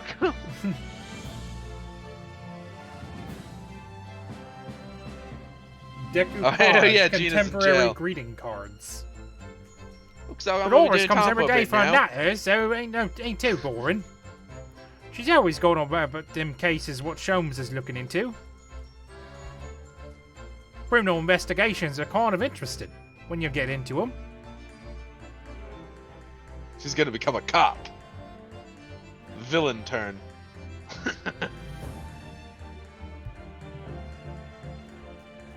There's a bunch Picky of... Dag is almost worse. Yes, there I he is. renounce my upbringing and social life of sophisticated crime. But regrets? Please. Give over, bruv. This ain't the ash we used to know. We've got some time in here to plan the comeback of Milton and Skulkin's milk run, huh? The three musky it's milking the neighborhood for all it's Milking the worth. neighborhood for all it's worth. Glad this man just JoJo poses. He just did it the whole game. It's crazy. I know. I kind of assumed he was gonna be put to death for having killed Windabank. Yeah. They make it sound like that's the punishment for all murders. This past 6 months has been a time I shall remember forevermore. Painful goodbyes and wonderful encounters. I've come to realize that's what life is all about. Naruto-san, I promise, your assistant will return to you one day. But for now, I leave you with many memories and a heartfelt wish that life will treat you well. My only regret is that I have that- bonitis. Bone. And then he cracks up into a little ball. I love Futurama. My bonitis! Kitty, Meow. kitty. He's taking his hat. And Sholmes is leaning all the way on that boy. All the way back. That's why they call him all the way back Erlock.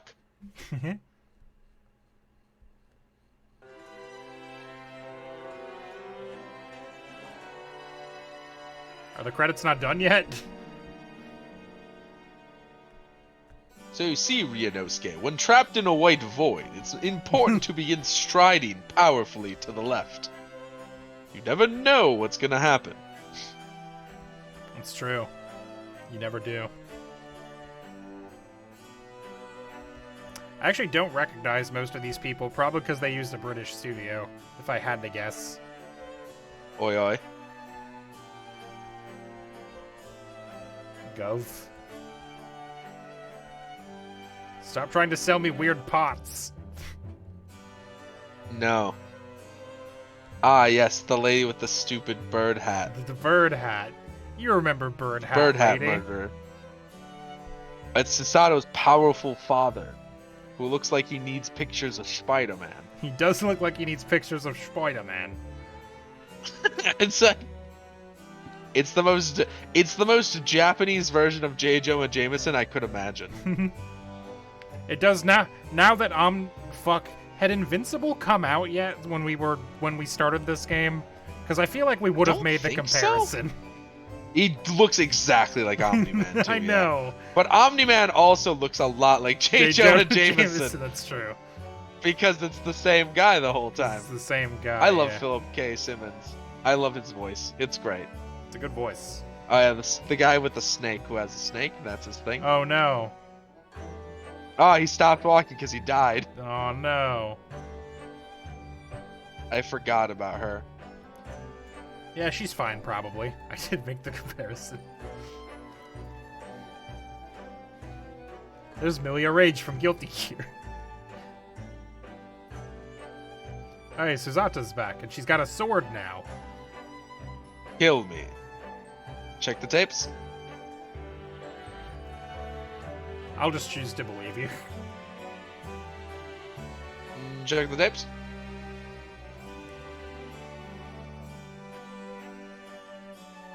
Now he's walking, but with a sword. Is Susato gonna be hanging out with us? I assume. No. No, yep, yeah. Hey, male Strongheart.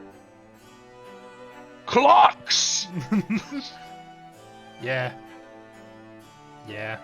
He does the fucking Jeb pose, it's great. These three assholes. Beppo! Still cold. Still Poor cold. cold Beppo. It's in his soul, it is. I hope Magilda bursts into flame as we That'd walk be past incredible. him. He just lights up like a fucking cigar. Yeah, overall, good game. Good game. Urlock. Pretty solid. Pretty solid. Is he gonna start following? They created a gap for him. Yeah, they made a space. Yeah. Nice. Gregson. Rolly and Now Patricia. they do. Now Ryunosuke and Sherlock do have the exact same walk cycle. It's really Well, you distracting, know. actually. Stop looking at it. Look at the background. I did end up liking Patricia and Rolly much more than I thought. Yeah, I know. This is really They're just good. they're so poor. Do Iris not gets join to go them at at the the end. No. Ah. Good background image. Oh, there he is. He's so tall.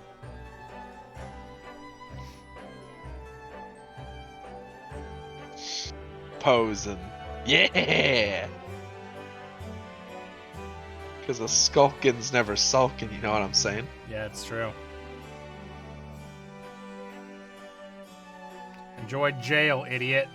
No, stop. No, put that down. You shouldn't have insulted her! No, no.